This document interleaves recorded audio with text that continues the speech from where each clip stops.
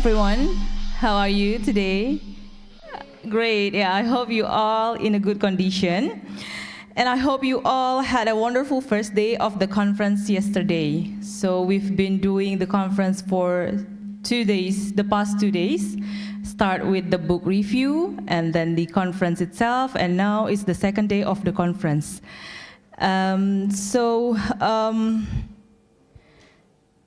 Today, we continue our journey in the International Conference on Petroleum and Essential Oil Research Innovation, ICONPEORI 2025, in conjunction with the annual International Conference of Universitas Syekh Kuala.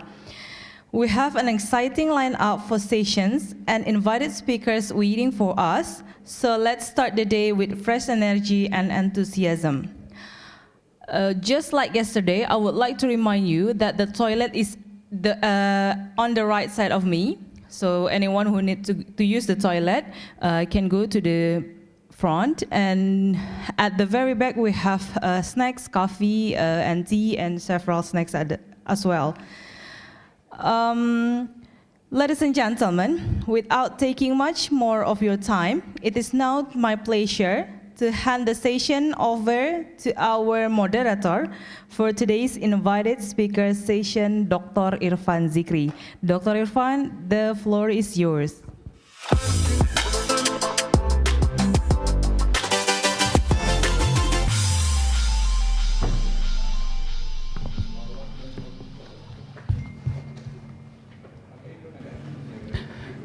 Bismillahirrahmanirrahim. Assalamualaikum warahmatullahi wabarakatuh.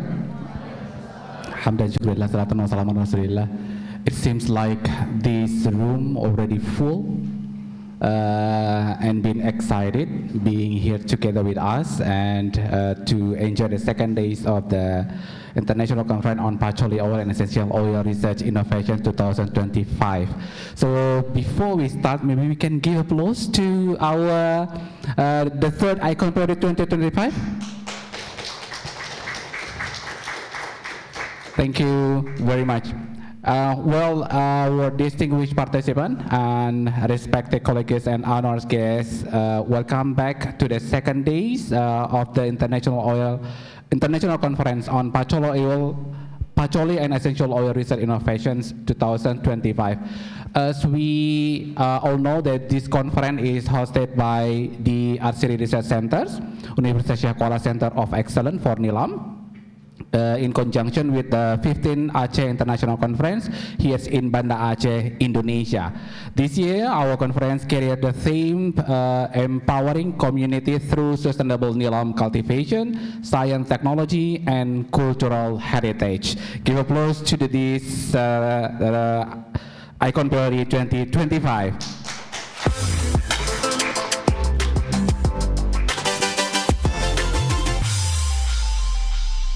Yeah, yesterday the conference was officially open, and today we will continue with the invited speaker sessions in this beautiful VIP USK hall. And later in this afternoon also we will have another session, so we will proceed with the parallel session starting at 2 p.m. And it is a truly honor for me. My name is Irfan Zikri, a lecturer from Department of Agribusiness, Universitas Syekh Kuala, and also a member of the Archery Research Center to serve as your moderator for this event today.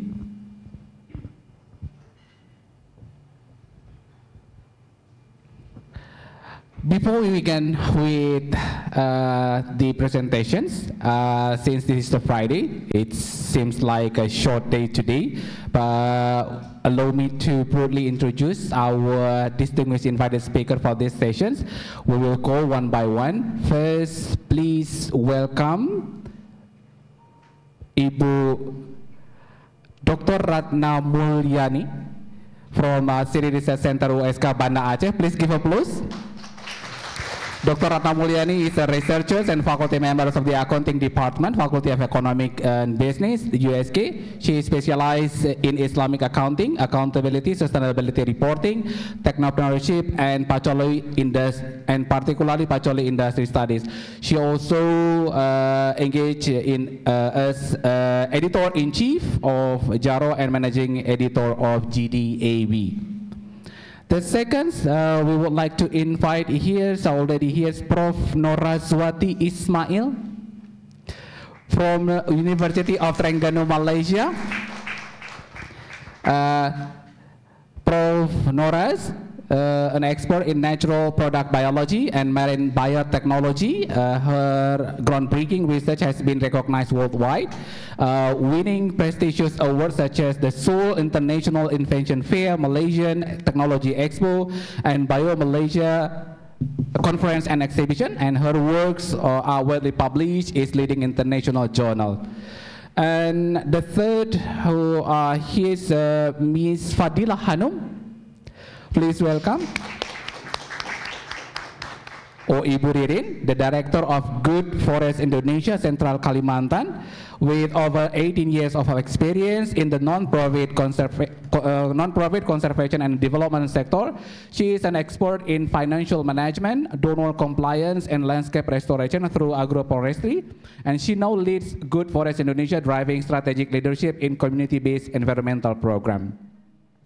And also joining with us online via Zoom, Prof. Sharifah Nurjana. Prof. Sharifah Nurjana, can we say hi to Prof. Sharifah? Are you there, Prof. Sharifah? Please say hi. Yes, I'm here. Okay, thank you, Prof. Sharifah Nurjana. Prof. Sharifah from Universitas Pajajaran, Bandung. She is a respected lecturer since 1993. She is also an active consultant for the essential oil industry. Her expertise lies in process technology, biological activity, and non-destructive analysis of essential oil, with numerous international publications to her name. Give applause to Prof. Sharifah. And also, we do have another invited speakers online, Dr. Aswandi.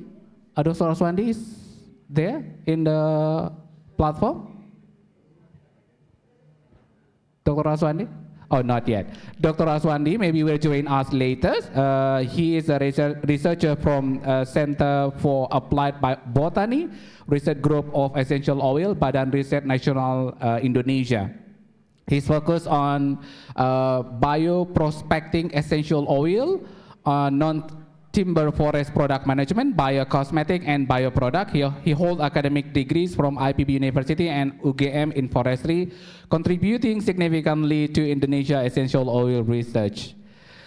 Well, let us give a warm round of applause for all our esteemed invited speakers today. Thank you very much. And to ensure a smooth and effective sessions, here's some rule and flow for our programs. And we will inform each invited speakers.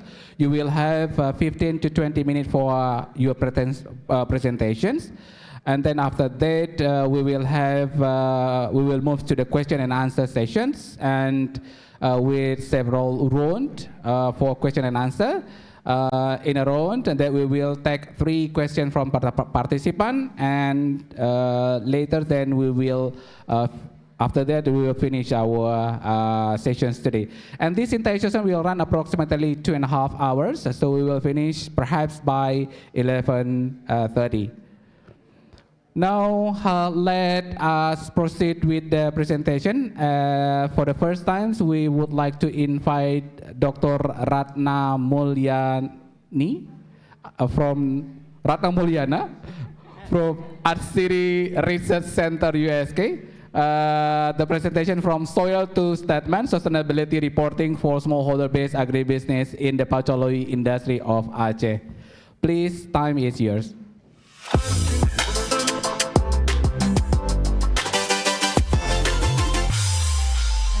Bismillahirrahmanirrahim. Assalamualaikum warahmatullahi wabarakatuh. Hamdan wa syukran lillah, salatan wa salaman ala rasulillah wa ala alihi wa ashabihi ajma'in. All praises is due to Allah subhanahu wa ta'ala, the most compassionate, the most merciful. Salawat and salam to the most beloved Prophet Muhammad sallallahu alaihi wasallam, the source of inspiration in all our actions, insyaAllah. I'm very humbled to be in this prestigious forum. Thank you very much, Mr. Moderator, and also the highly dedicated committee of the ICONPEORI 2025. Let's give a round of applause for the highly dedicated committee of the ICONPEORI 2025. I salute their great work, their great efforts to make this happen with a series of side events that I think no other conference is doing such great work. Respected head of ICONPEORI Research Center, our Honorable Bapak Syaifullah Muhammad, and respected head of LPPM being present here, Bapak Prof. Mudassir, and the chairman of the ICONPEORI Committee 2025, Mr. Prof. Boy. It's amazing, and distinguished guests and ladies and gentlemen who are present here. So, my presentation is trying to connect the Pacholi, which is, I quote from Mr. Johari yesterday from ILO, the soul of Aceh. Yeah? It's not only the plant, it's not only a commodity, it's the soul, it's the ruh, yeah? in Arabic, yeah? The soul of the Acehese people. So I try to connect accounting field and the Pacholi because as we know, in the past Islamic tradition, the tradition of knowledge seeking in Islam is always trying to integrate all the branches of knowledge. Yeah? There is no dichotomy between accounting, science, arts, and philosophy. That's why we have our past Muslim scholars like Ibn Sina, Ibn Rushdi, Ibn Firnas. Yeah? They are not only good in science, but also in arts and philosophy. So it's very pleasing to witness that ICONPEORI Research Center is capable of continuing that legacy of tradition, of trying to combine all the expertise that are available at Universitas Syah Kuala, coming from economics faculty, engineering, science, and architecture, Prof. Chut Dewi here, and we try to elevate this soul of Aceh, which is Pacholi. Okay?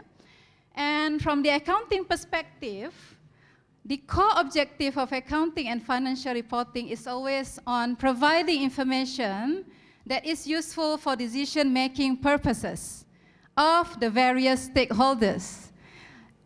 Despite that in capitalism, the accountants are functioning of increasing the wealth of the capitalists. That's another side of discussion, okay? But accounting has grown from the mainstream of financial accounting merely to a wide spectrum of perspectives, including the sustainability, environment, social, etc. Okay?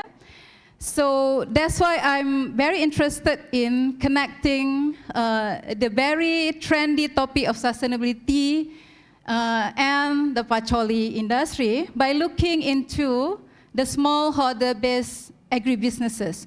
Because what we have in Aceh are mostly the small farmers who are contributing towards the Pacholi industry. Perhaps next slide, please. Okay, when we look into a worldwide perspective, there is increasing global demand for a more ethical-based Pacholi farming. And on the other hand, when we look into the Pacholi industry in Aceh, the largest global producer of Pacholi oil in Indonesia is coming from Aceh. And those farmers of Pacholi in Aceh are basically small farmers, or what we call as smallholder agribusinesses. So this is a phenomena that we must tackle. In one side, we want to fulfill the global demand, but on the other side, how we are doing it based on our current platform of having small farmers fulfilling such a growing demand for a more ethical Pacholi. Okay, next. Okay, and the issue or the concern is our smallholder agribusinesses or the small farmers are basically lacking the systematic approaches and frameworks for sustainability reporting, which lead into their limited access towards the global markets. Okay? And Next. So why sustainability matters in Pacholi agribusinesses? As I mentioned just now, there is a growing global demand for a more sustainable and ethical Pacholi, and there is a need to ensure long-term soil fertility and continuous Pacholi production, which has been done by the ARC to attempt to provide a platform for a continuous Pacholi production. And when we link it to sustainable reporting, without the reporting, these smallholder are risking of losing the access to the premium markets.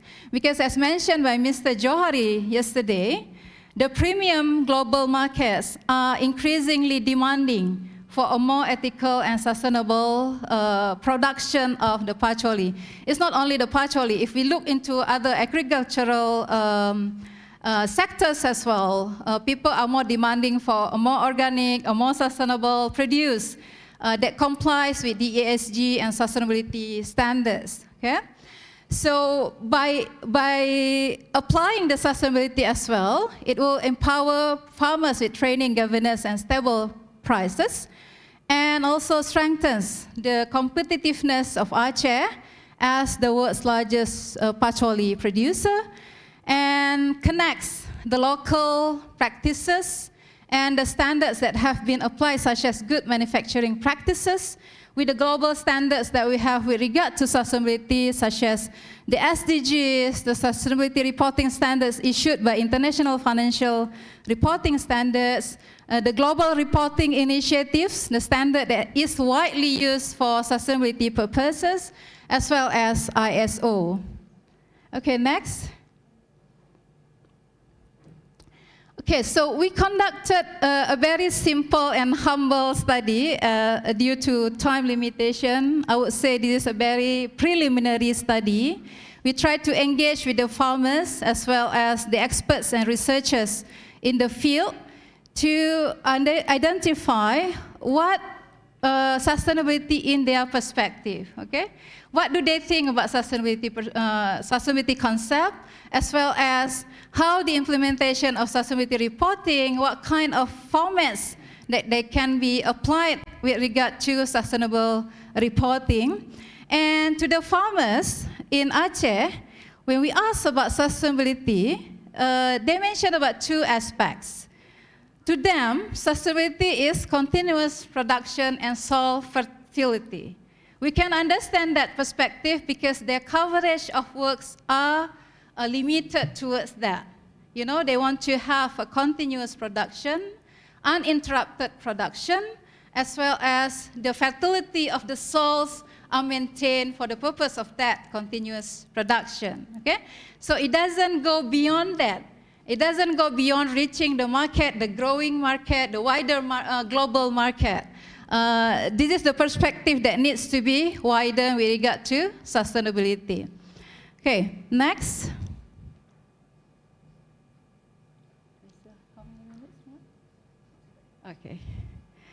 Okay, based on the interview, we identify barriers or challenges to sustainability in the perspective of the farmers.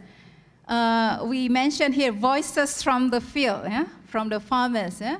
To them, limited knowledge, skills, and tools, along with lower yields without chemical fertilizers, remains as the key challenges in implementing sustainable practices. And that shows also what prevents them to implement, to move more towards sustainability are their limited capacity as well as empowerment. This is also coming from the expert that we interviewed, as well as unstable productivity and quality, limited documentation and record system. We are very excited with the initiative by ILO yesterday to have ERP, for example, for the farmers to have a more proper of digitalization of their documentation. And then also another aspect is on the volatile market prices, which affect their decision, their response towards the sustainability. Yeah. Okay, next. Well, there are concerns also on the environment in the aspect of residue management. From the farmer's perspective, it's encouraging that our farmers are basically trying so hard to try to have a zero waste management in their farming activities. So whatever the residue from the patchouli are utilized for the purpose of fertilizing the soil again. And then the land rotation practices is another environmental concerns. Next.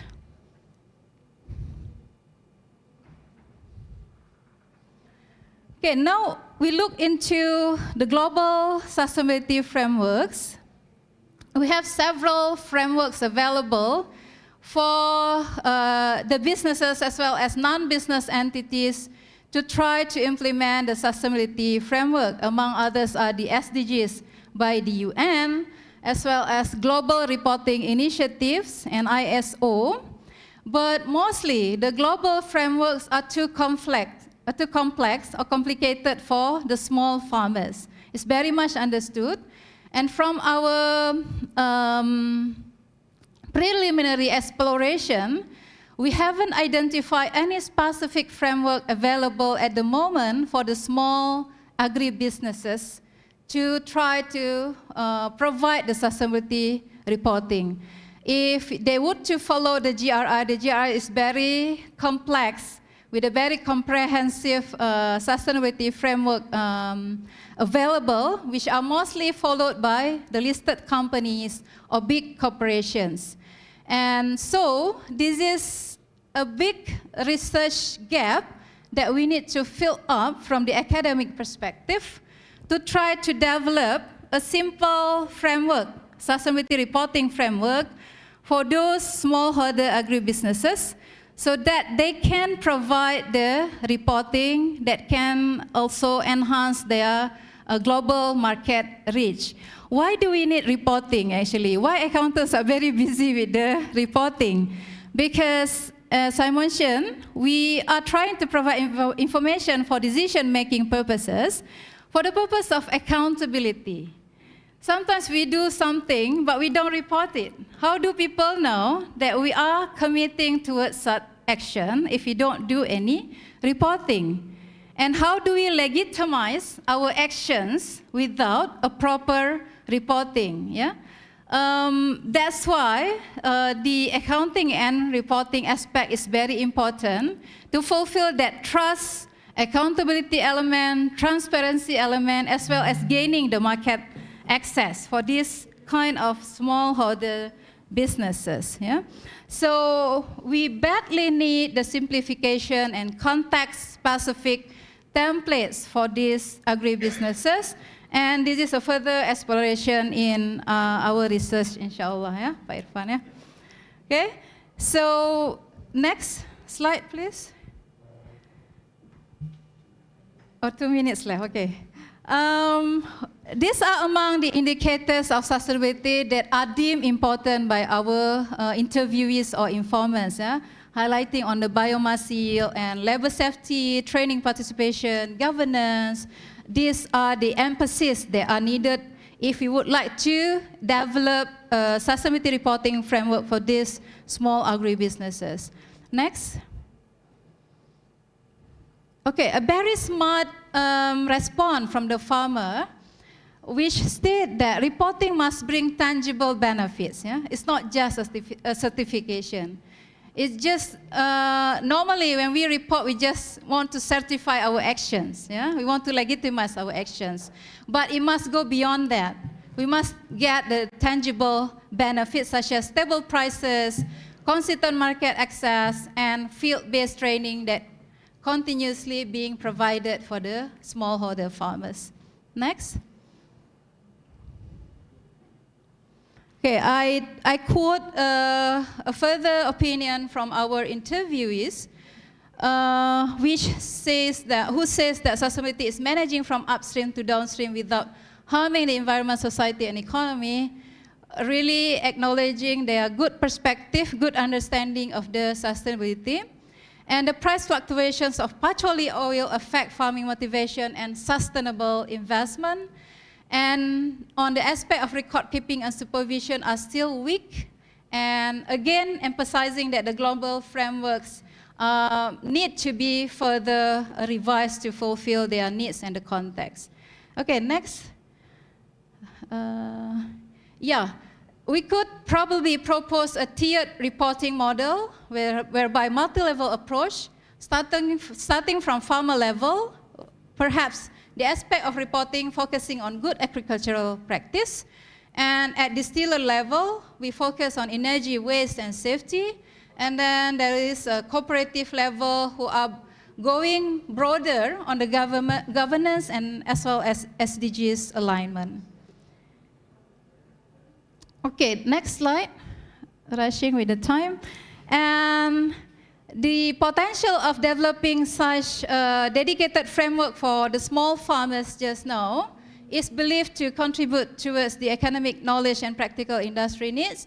Also, it will enhance transparency, empowers the smallholders, and strengthen the competitiveness of Aceh's Pacholi industry in the international market.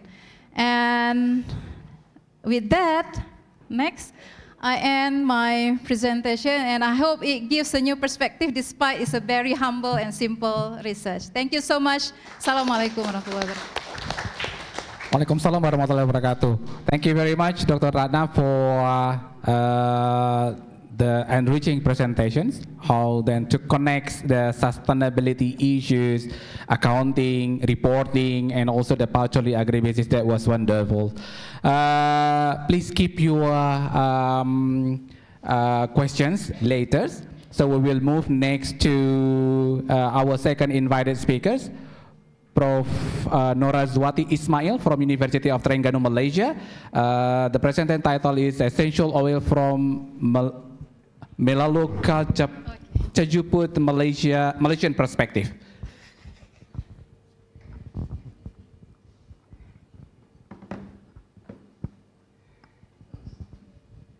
Assalamualaikum warahmatullahi wabarakatuh.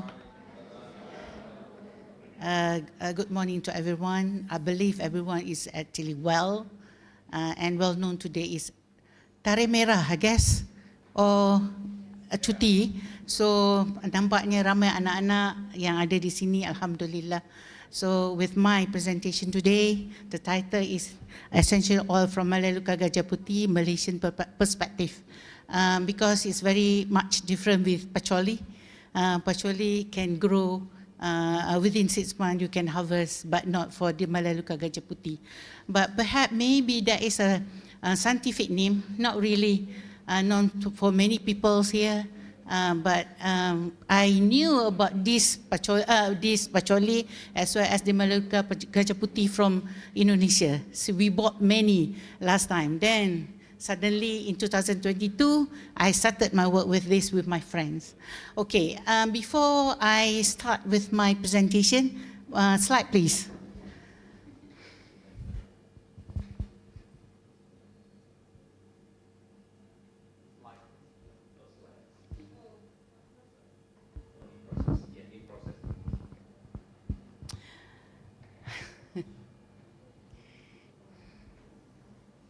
Okay, beforehand then, my slide is on the way, far from Malaysia, I guess.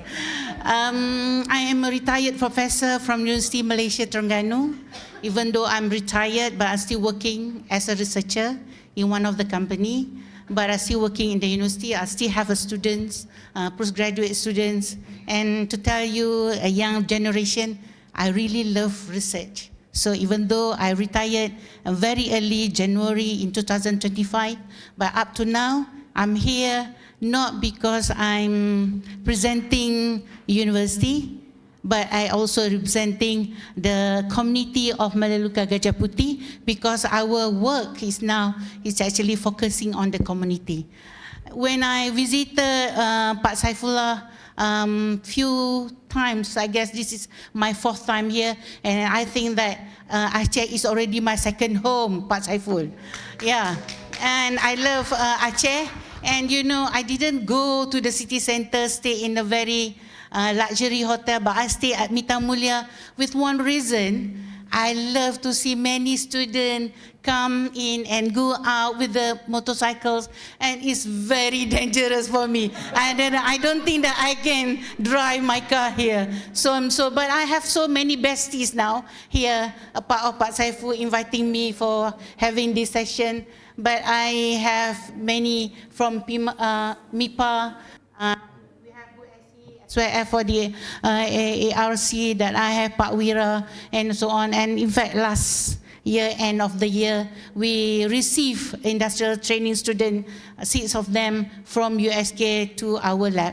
So actually, I'm trying to tell you, you are welcome to our university. So our university, I hope they don't have any problem with that. I want to give a glance of our university. Our university is actually a campus by the beach. So when I visited here, people always talk to me, go to Sabang, go to Sabang. But actually Sabang is not very much different with Terengganu Island. In fact, I believe our island is better than here because I visited in July in Sabah. I didn't see anything that I would like to see. So because when I commute and drive my car from my home to the campus, it's about 17 minutes. It's all a coastline of Laut Cina Selatan. So that is about me. What happened to my slide then?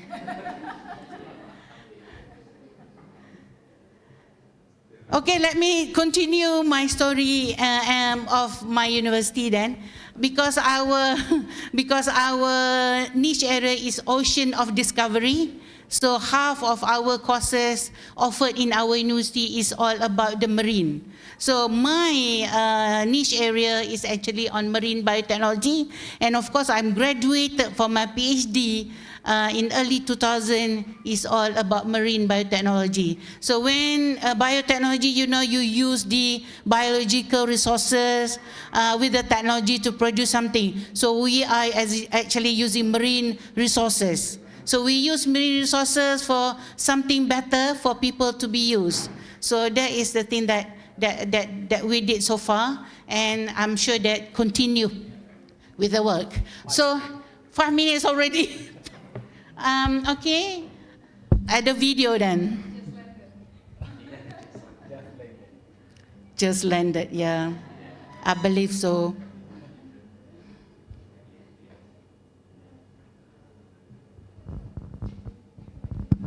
You could move to the video, please.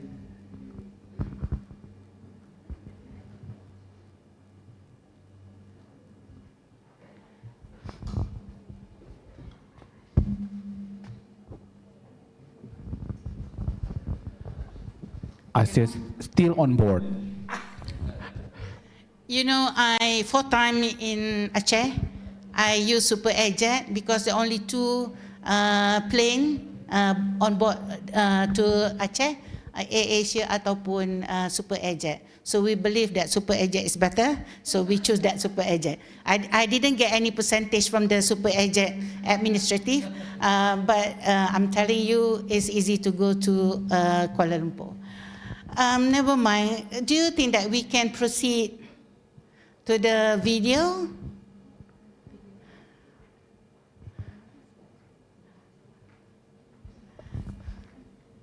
I think we love you so much. Yeah. Yeah, because it's your second home, so you have to talk a lot at home. So, never mind. I'll start with my first slide then.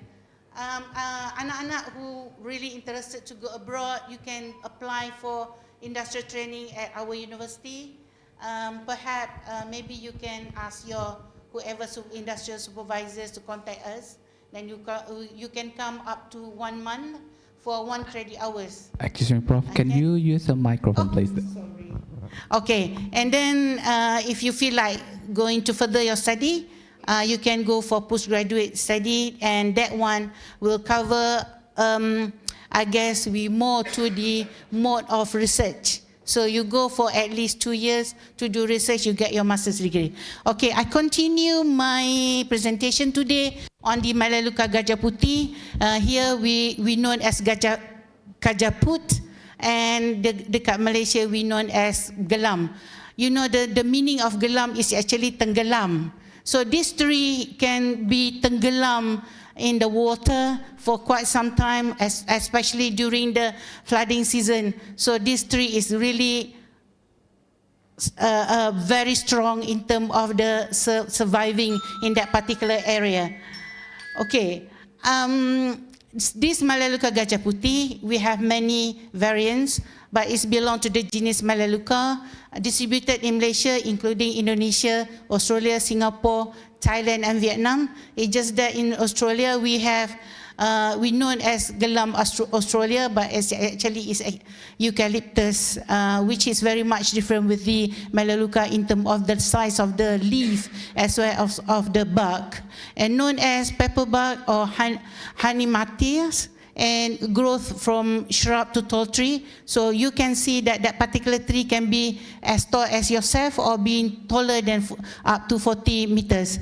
So adaptable thrive in very, very harsh condition, including rocky and nutrient poor soil. Next.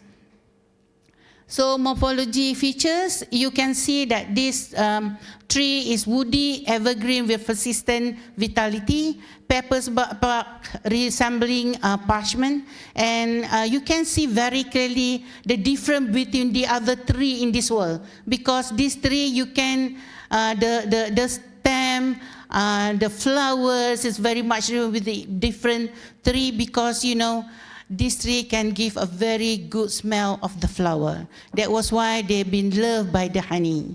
Okay, easily seen 4 types of Melaleuca gajah putih leaf with different size and shape, indicating of essential oil yield. So of course, in the middle, you can see that the size of the leaf is very big compared to the others.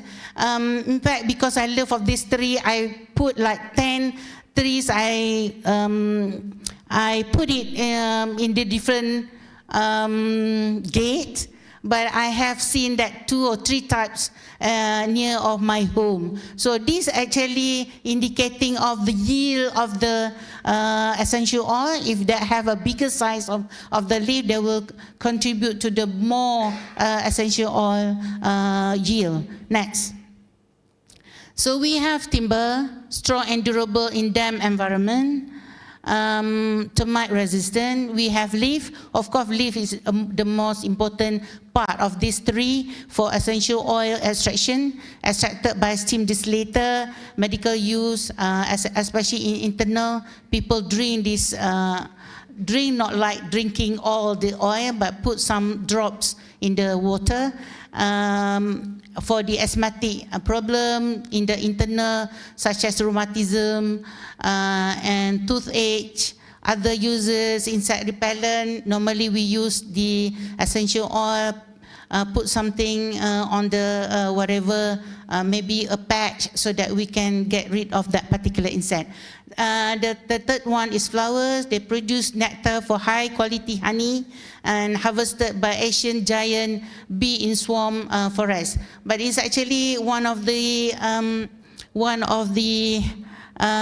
company, they plant this tree of 4 acres. They put in between of the hive of the kelulut honey. I don't know what people here call, but that kelulut honey is very, very good when you have this, because the smell of that particular nectar is on that particular honey.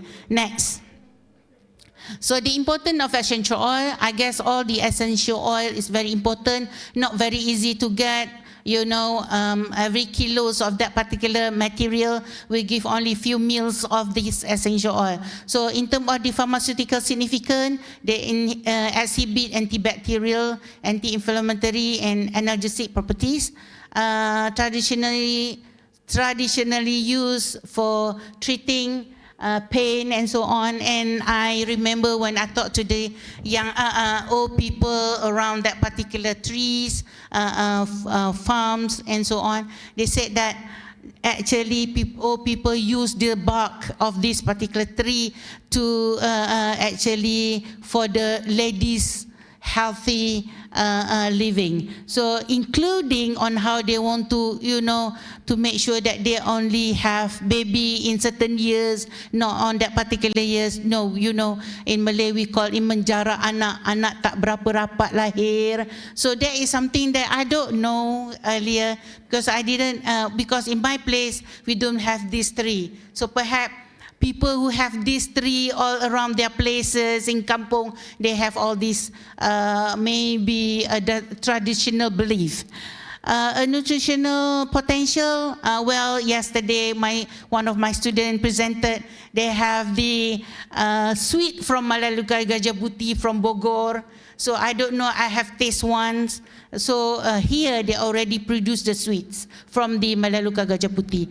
So rich in bioactive compounds such as 1,8-cineols and alpha-terpenols and so on, strong antioxidant activity. So antioxidant activity very much related to the stress enhancer. So it's good for you to use. Then its potential role in reducing risk of cardiovascular diseases and so on. So health promoting properties, they do, and we believe that, and we have all the result that they have a broad spectrum antimicrobial activity with that particular certain compounds that we have isolated from that particular essential oil. Next. So this is distribution of Malaluka Gajah Putih. In fact, if you read in journals, Malaluka Gajah Putih 3 is actually the one that contribute very much in East Coast of Peninsular Malaysia. So in East Coast Peninsular Malaysia, Terengganu is one of the East Coast, is Kelantan as well, and in Pahang. We have one in Melaka, known as Nusa Dusun, and we have some in Port Dickson, Negeri Sembilan. The rest, especially in Sabah and Sarawak, very near to Kalimantan, but we didn't have this three easily seen in Sabah and Sarawak. And distribution of the tree in Malaysia covers from East Coast of Peninsular Malaysia, including Terengganu, the highest 14,000 hectare, followed by Kelantan and other states in Malaysia such as Melaka and Selangor. Next.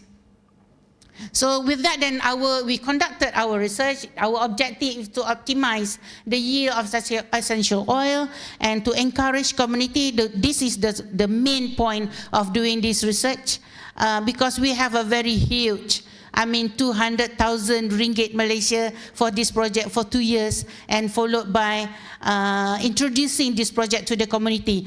Perhaps, actually, Pak Saiful, I learned from you. We didn't have those hectares of land for the farmers to grow patchouli like that. We didn't have that, and perhaps I have one. I have been. It's not actually granted that land. It's actually we didn't pay any single cent, but they give us to work on that particular 1 acre of land. But that particular place is the best place for us to do research on this Malaluka Gajah Putih because they have a very big size of that particular leaf, and we believe they give a very good yield of that essential oil. So we focus on the community, but we try actually, I don't know in Indonesia or in other places in this world, but I didn't see any standard evaluation of the essential oil because people claim theirs is actually a premier product. But what is the base of that premier products? So premium or they are just a normal essential oil, we don't know. So with that money that government of Malaysia gave to me, and my colleague, then I developed a standard evaluation for the essential oil, only using that GCMS for that particular purpose. Next.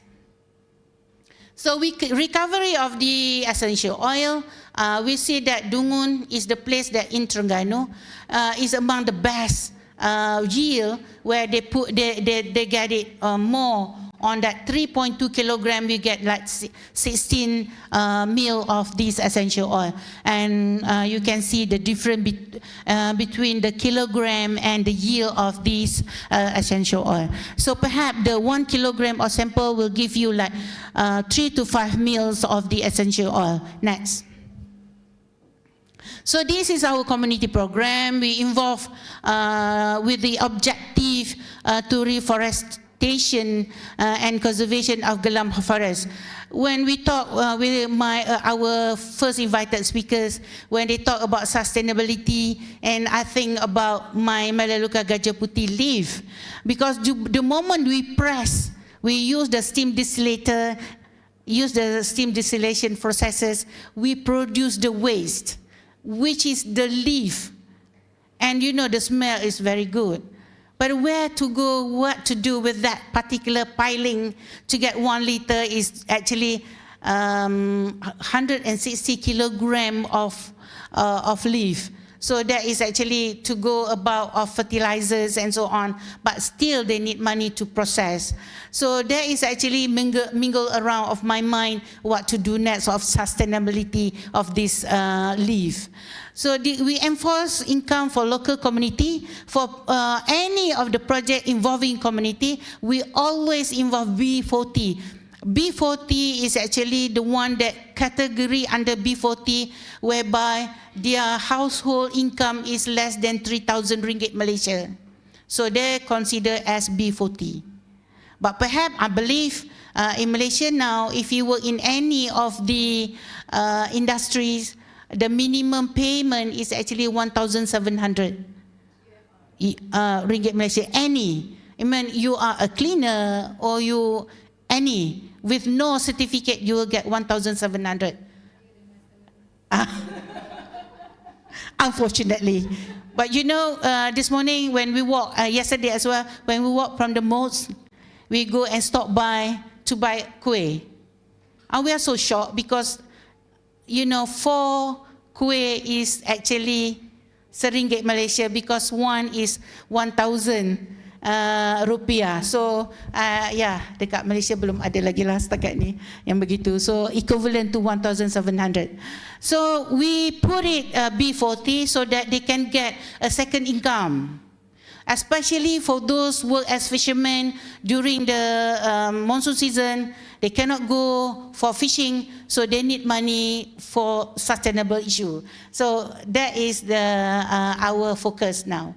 So we foster for knowledge sharing culture between researchers and community. So we actually turun padang, plant the tree with them and go for producing the essential oil, and we promise them to buy whatever product they have. Of course, they don't have any product except the essential oil, so we buy from them. At least 2,000 ringgit Malaysia per kilo or per liter, whereby we provided everything, distiller and so on. So we pay RM 2,000 per liter. So it's actually working for 1 liter a month is good for B40. Next. So this is our steam distiller setup. Ini di rumah, ya. So kita tak boleh buat Pak Saiful macam Pak Saiful buat yang sangat besar 100 liter pakai kayu api. We cannot do it in Malaysia. Not now. I don't know where to do it and copy on whatever you have done in your places, because one thing for sure, you have your farmers work in many hectares or many hectares of the patchouli, then they give it to you to press to get that particular essential oil. But we cannot do that. So our first effort is actually, this is a 10 liter of or 10 kilogram of Melaleuca Gajah Putih leaf to put in. They just can live, stay at home and get it a few meals in a day. So we put it in many houses, so that at the end of the month, they will give us whatever they have recovered that particular oil. So we designed to sit for a at-home setup, cost-effective compared to industrial scale, banyak tapi tak jalan. So we put in few houses to get all the essential oil to every month. Small space consumption, but actually we use gas, so a little bit expensive compared to what you have here. Next. So this is our major compound found in essential oil. We have all these major component, but you can see that this major component need to be done. This is raw material. We are still ongoing on this purification and isolation of these compounds. Next. So the factors influence the recovery of essential oil. The key compound is actually 4. Then I put it here 2. 1,8-cineol as well as terpenin. So the factor involved including soil composition, either they are porous or not, organic matters which improve the soil fertilities, nuclear cycling, pH level. Too acidic cannot be better than a so-so acidic.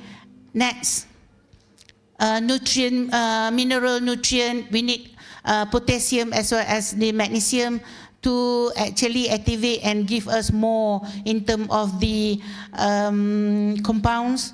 And the last is plant physiology processes, nutrient availability, drive vigorous growth. So lack of the nutrient will actually demotivate the tree, so they didn't grow well. So actually this tree, 1.5 years, then you can harvest the leaf. So in 6 months time, when you actually start planting this plant for at least the size of 0.2 meters, airing, you have to watering this plant for at least 6 months, then inshallah they will grow well after that. Next. So in conclusion, we have developed and optimized the Gajah Putih essential oil, and we actually very happy to have the community work and involved with our research with fabricating the steam distiller which is suitable for home usage at the community level, and the standard of the essential oil grading were developed. With that, then I thank you very much for your listening. I'm sorry I cannot show you my beautiful university. Unfortunately, I guess they all sabotage me. Just kidding. But Yep, the video is there. okay. Let's share the video then.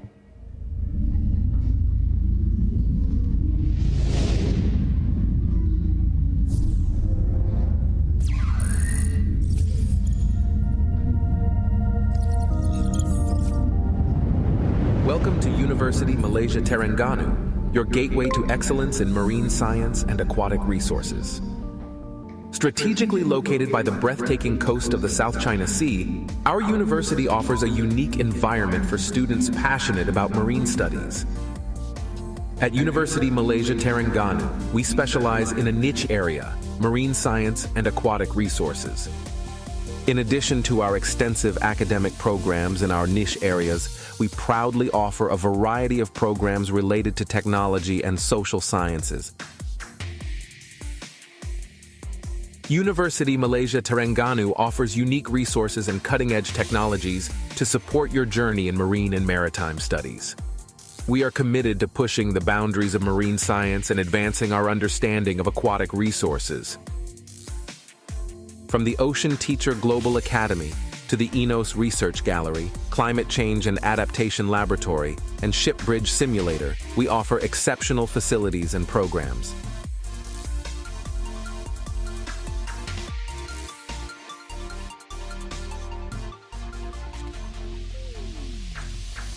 At University Malaysia Terengganu, we offer a world of sea adventures, exhilarating diving experiences, and groundbreaking underwater research opportunities. Immerse yourself in thrilling sea activities, explore vibrant coral reefs, and contribute to pioneering marine research. Our university goes beyond classrooms, providing immersive experiences that connect you with the wonders of the underwater world.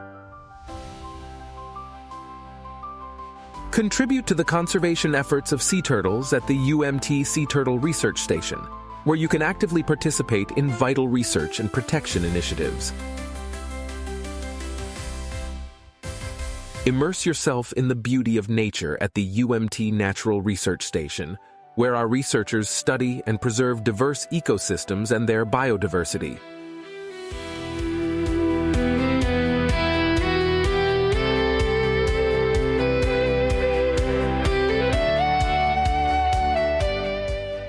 Collaborate with industry partners through our translational research programs, where we bridge the gap between academia and real-world applications. At University Malaysia Terengganu, we prioritize the well-being and growth of our students, striving to create an environment where they can flourish academically, personally, and socially.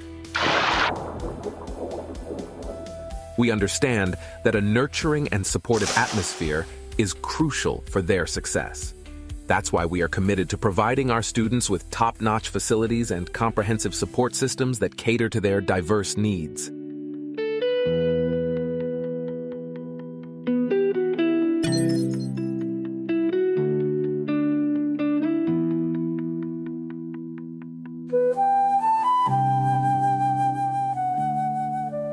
Our international collaborations broaden horizons and expose our students to global perspectives.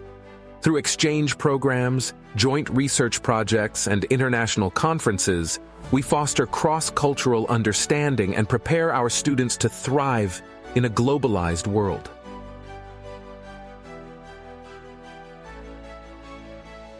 Convocation Day celebrates our graduates' achievements. With 35,000 graduates in diverse fields, they make a meaningful impact. They embody our quality education and transformative experiences. Join us in shaping the future of marine studies and making a positive impact on our world.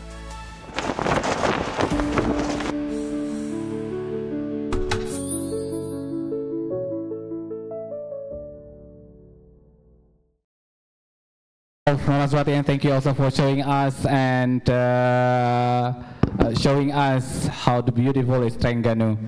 And yeah, Prof. Naraswati has presented very insightful presentations about Melaleuca Kaja Putih from Malaysian perspective. That was fascinating overview of essential oil development and innovation from the Malaysia experience.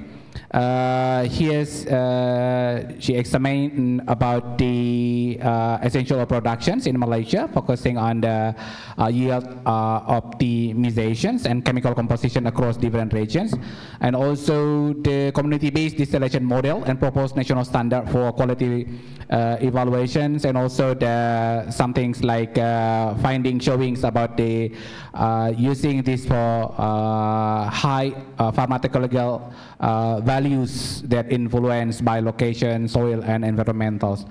And also, Prof. Naraswati, we can feel also how Aceh is becoming your new second home. From your the way you tell us the stories, and you're staying at the Hotel Mulia, and also the new family here, and understand the social landscape in Aceh. And I do believe that all the participants here, you already have a question to address, and please keep it in your pocket, and you can deliver it later. Now let's move to our next invited speakers, Prof. Sharifah Nurjana from Universitas Pajajaran, who already with us in the online Zooms. Prof. Sharifah, are you there? Yes, I'm here. Okay, yeah, Prof. Sharifah will present the recognizing the unique profile of Indonesian petroleum oil composition and regional differences. Please welcome, Professor. Okay, thank you very much. Thank you, Dr. Ivan. It is a pleasure to meet the other speaker, and I also thanks to Mr. Saifullah that invite me to this seminar. Good morning, everybody. Let I close my camera due to the internet stability. Today I will share the insight on the unique profile of Indonesian petroleum oil.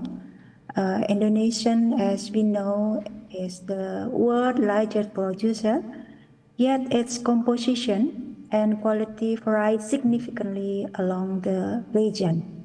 Recognizing these regional differences is essential for improving quality, supporting traceability, and strengthening Indonesia's global position in essential oil. Next, please. Next, please. Yeah, okay.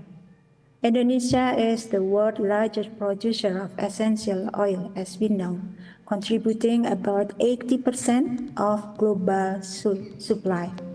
This dominance is supported by our tropical climate, wide cultivation, and long traditional farming.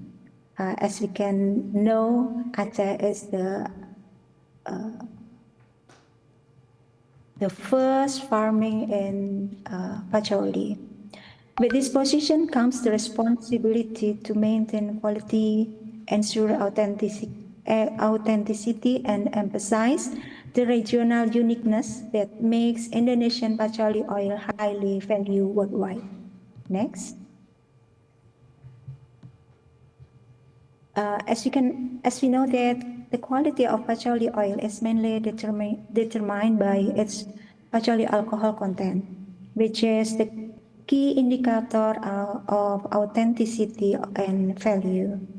Other important parameters include acid value, color, and olfactory profile. These standards are essential to ensure consistency, meet international requirements, and maintain the reputation of Indonesian Pachauli oil in the global market. Next.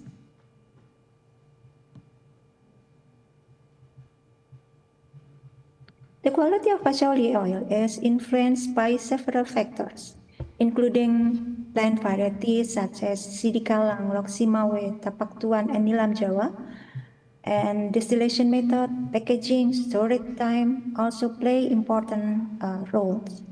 Most importantly, geographical origin, covering soil condition, climate, topography, and farm disease, serve as a key quality marker that defines the uniqueness of Indonesian Pachauli oil. Next. In Indonesia, Pachauli production now is concentrated in several provinces across Sumatra, Java, and Sulawesi, or last time we call it Celebes. These represent the larger cultivation area that make this island the main hub of Indonesian Pachauli oil. In Sumatra, we know Aceh is the larger area for production, and Sumatra Utara and Sumatra Barat or West Sumatra and Jambi, kemudian and then North Sumatra, West Sumatra, and South Sumatra.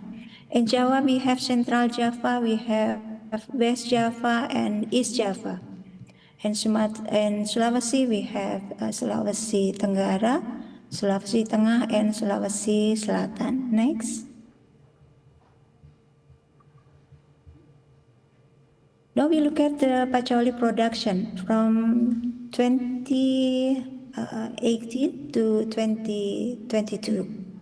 From 2018 to 2022, Pachauli oil production in Indonesia has been consistently dominated by Sulawesi and Sumatra region. Southeast Sulawesi contributes the largest share, followed by North Sumatra, West Sumatra, Aceh, and Jambi. These regional differences highlight the importance of production center, where the geographical and agronomical factors directly shape both the volume and quality of Indonesia Pachauli oil. Next. So the aim of the research are threefold. First, to characterize the chemical composition of Pacholi oil from several producing regions in Indonesia. Second, identify the key component responsible for quality differentiation. And the third, compare and cluster regional profiles to reveal its unique signature. Next. In this study, Pacholi oil samples we collected from major producing regions across Indonesia. The chemical composition was analyzing using gas chromatography mass spectroscopy to determine the concentration of key components.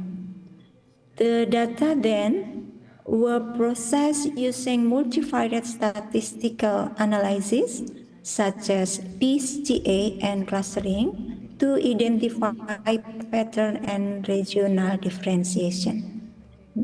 And we use the R language for this analysis. Next. This is the result of Pacholi component from 62 distillers in Indonesia. Next. And this is the same component of all of the sample. Next. This is the component profiling. As we can see, the highest number of Pacholi alcohol content has come from Jambi, next from East Java, and then from Southeast Sulawesi. Whereas from Cianjur and Sukabumi from West Java, they have a lower Pacholi Pacholi alcohol, and they have a higher copain instead of Pacholi alcohol. Next.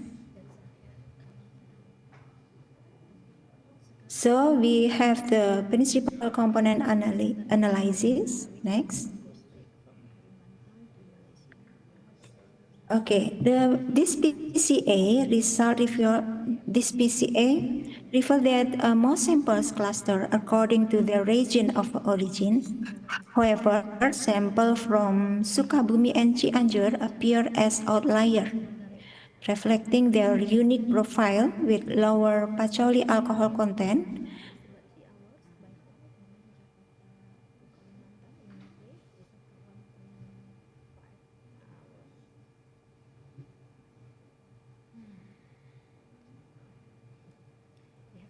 Next, please. Yeah. This is the PCA plot score. When PCA plot score were color-coded based on alcohol, Pacholi alcohol concentration, it became clear that this compound was dominant factor driving separation. Most regions shows Pacholi alcohol levels between 28 to 36 except Sukabumi and Cianjur, which has significantly lower value. See? Next.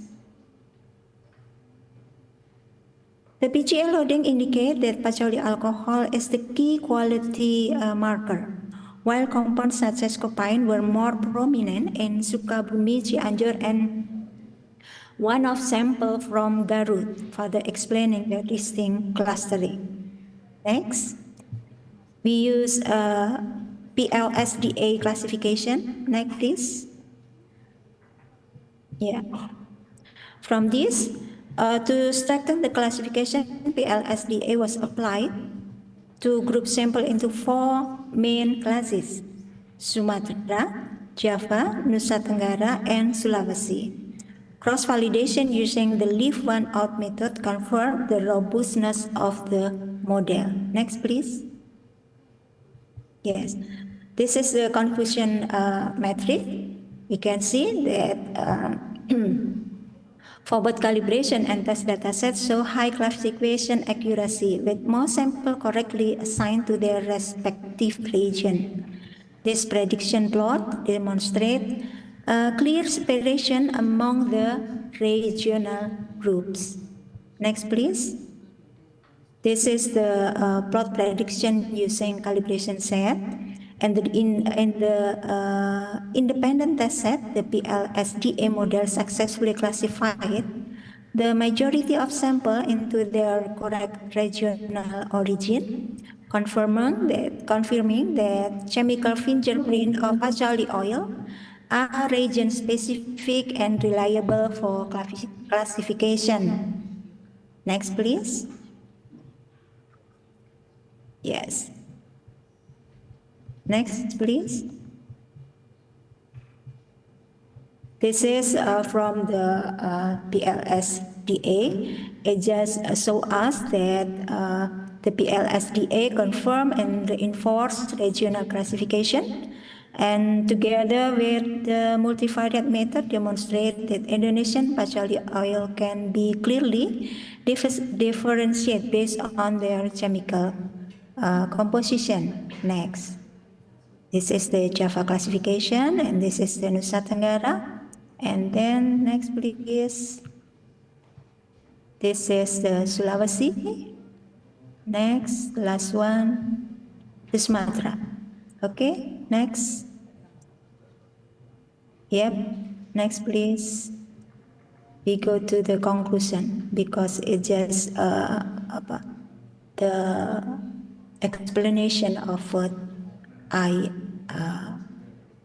said before. The conclusion: all patchouli oil contains patchouli alcohol as a major compound, but proportion varied across region.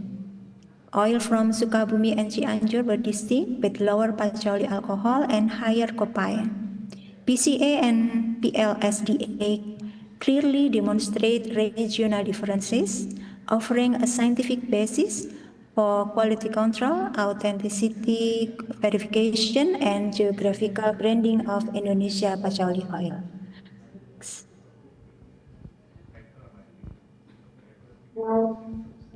Next, please. So this is what we have do next, looking ahead. Further comprehensive research is necessary to better predict and understand the dynamic of quality variation in Indonesian patchouli oil. Such studies would provide valuable insight into the influence of genetic, environmental, and technological factors, thereby supporting strategies to continue enhance our quality and ultimately increase its competitiveness and export value of our patchouli oil. Thank you.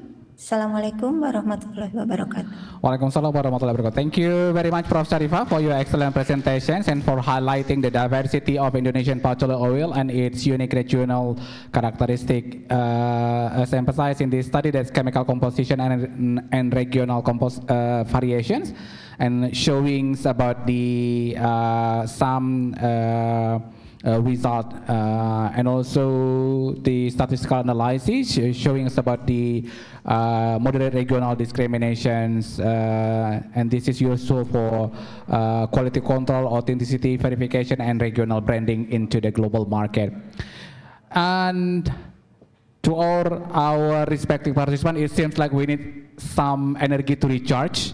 Coffee and snack are available in the back, so please help by yourself in orderly manner, so without making a noise, so then we can recharge our energy.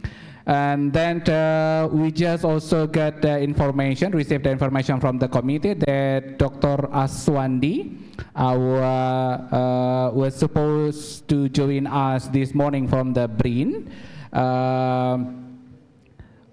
but we have just received the word that he sent his apologies for not being able to attend, and therefore we will proceed with the next speakers to our next Ms. Fadilah Hanum, Director of Good Forest Indonesia. Ibu Ririn will present about the essential oil and landscape restoration opportunities from Kalimantan. Ms. Fadilah, please welcome. Yep.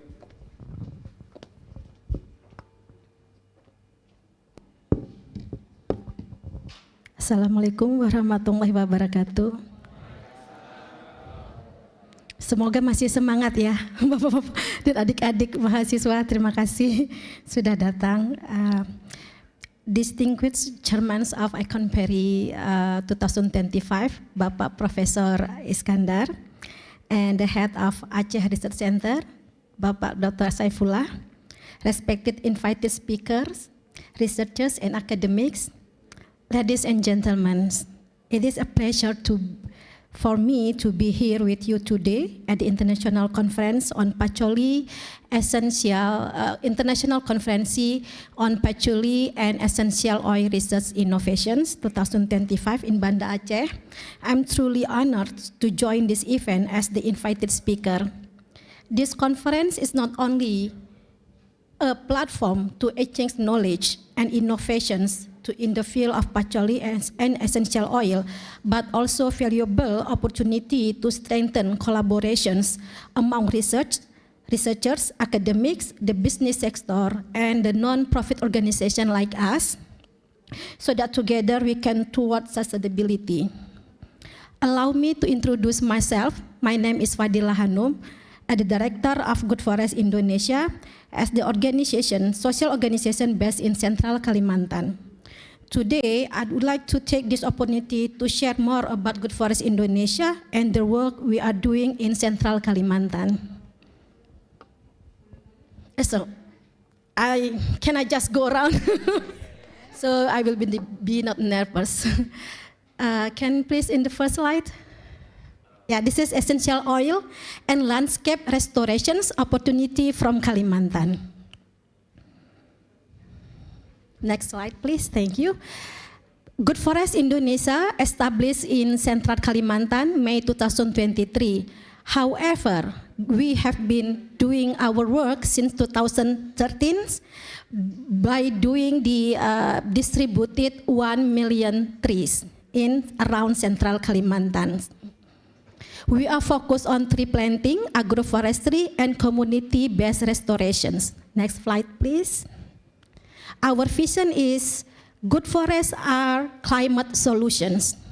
And then the missions, empowering farmers through reforestation, effort, and responsible value chains. So we are working currently we are working in four districts in Central Kalimantan. It's called Katingan District, Gunung Mas, Barito Timur, and Pulau Pisau. Next, please. In 2024, Kalimantan accounted for nearly half of Indonesian total deforestations, meaning that we are losing 129,866 hectares of the forest. It's increasing about 4% compared to 2023. So that if we go back to the climate change, this is what happened, that in every year, we are losing our forests in Indonesia. Next, please. GFI CAM, we drive landscape restoration through the tree planting, focusing on recovery degraded land, enhancing local livelihood, and our agroforestry approach to restore forest ecosystem while driving economic benefit to the farmers. Our program's transparency and sustainability are to ensure through the single tree monitoring, farmer training, value chain development, and ongoing research and development.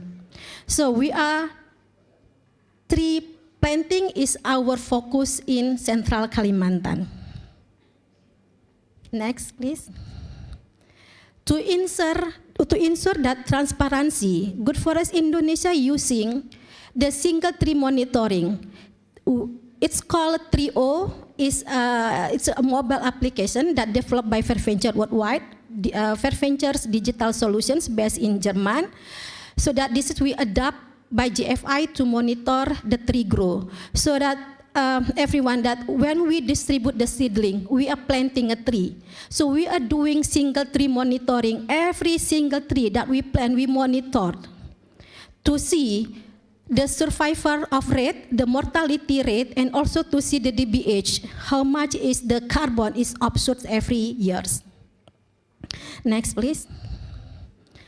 Since 2022, Good Forest Indonesia has been distributed about 396,685 trees. The commodities that we distributed is sengon, jabon, belangiran, petai, and jengkol and durian. Yeah, petai jengkol is very famous in Kalimantan. I think it's everywhere. It's like our favorite food. And in 455 hectare, currently we have about 472 farmers has been joined our program. And we can say that since 2022, we already, the carbon has been captured is about 1,000 ton.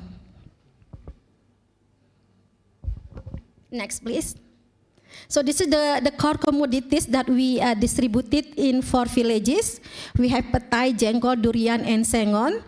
At the first year, 2013, we only distributed 1 commodities, it's sengon. We distribute 1 million sengon in around Kalimantan. We expecting that time that we distributed 1 million trees, that after 6-7 years that we have a small new forest in central Kalimantan. Does everyone know what the sengon is? I mean, what the product that we can get from sengon? Does anyone know here? Plywood. Only for plywood. This is fast growing and light wood. So that, and then we evaluate our program. If only distributing 1 commodities is not interesting for the people. It's not interesting for the community. Especially when we are talking about climate change, about the reforestations, about environments, and we talk to the farmer, they are not interesting at all. What they need is they can get money or income as soon as possible. So back to the Central Kalimantan. In Central Kalimantan, so many company for mining, lodgings, and the palm oil plant. So that mostly people, communities come and then they just planting sawit, and they say that after 5 years they can get money from that. But planting sawit is destroy the soil. Next, please. So that this is regional growth in dominated by extractive industry in Central Kalimantan. As I mentioned earlier, we have mining, lodging, and large scale of plantation that generate quick and significant financial returns. In contrast with what I'm doing, we are sustainable option like agroforestry struggle to compete with all these company. So farmer face limited local market for product, high logistical costs in remote areas, and also slower financial return from the trees. So this barrier make extremely difficult to build a scalable and economically viable model for reforestations. How we can make reforestations economically attractive for local farmer? We come with the new alternative. We give them option. Next, please. We provide cacao and pacholi. Cacao we starting 2021 in 1 kabupaten. It's called Barito Timur. And with our interventions before, the farmer only planting cacao and then they sell to tengkulak or middleman with very small price. It's about 18,000 per kg. So Good Forest Indonesia come and then we distributing the seedling. We teach them farmers field school, and then we teach them how to fermented cacao bean, and then link them to the market in Java and Bali. In the last 6 months, we got a premium price for the farmer. Now the price for 1 kg of fermented bean is 180,000 or 180,000. Compared to 3 years ago, it's only 18,000. So this is what people need. When the project come to the area, if we cannot touch. They are still hungry. They need money. They need money where they can feeding the family and go to school for the children. If we only talking about lingkungan, no one will care. So we come with the new system. So we give them the how to generate income. So we bring the cacao and then pacholi. Pacholi project we start 2023, the end of 2023. We sending 20,000 seedling from Calang to Kalimantan. It took about 5 days to reach Palangkaraya, and then another 1 day from Palangkaraya to our project area. So that from 20,000, only 50% is died.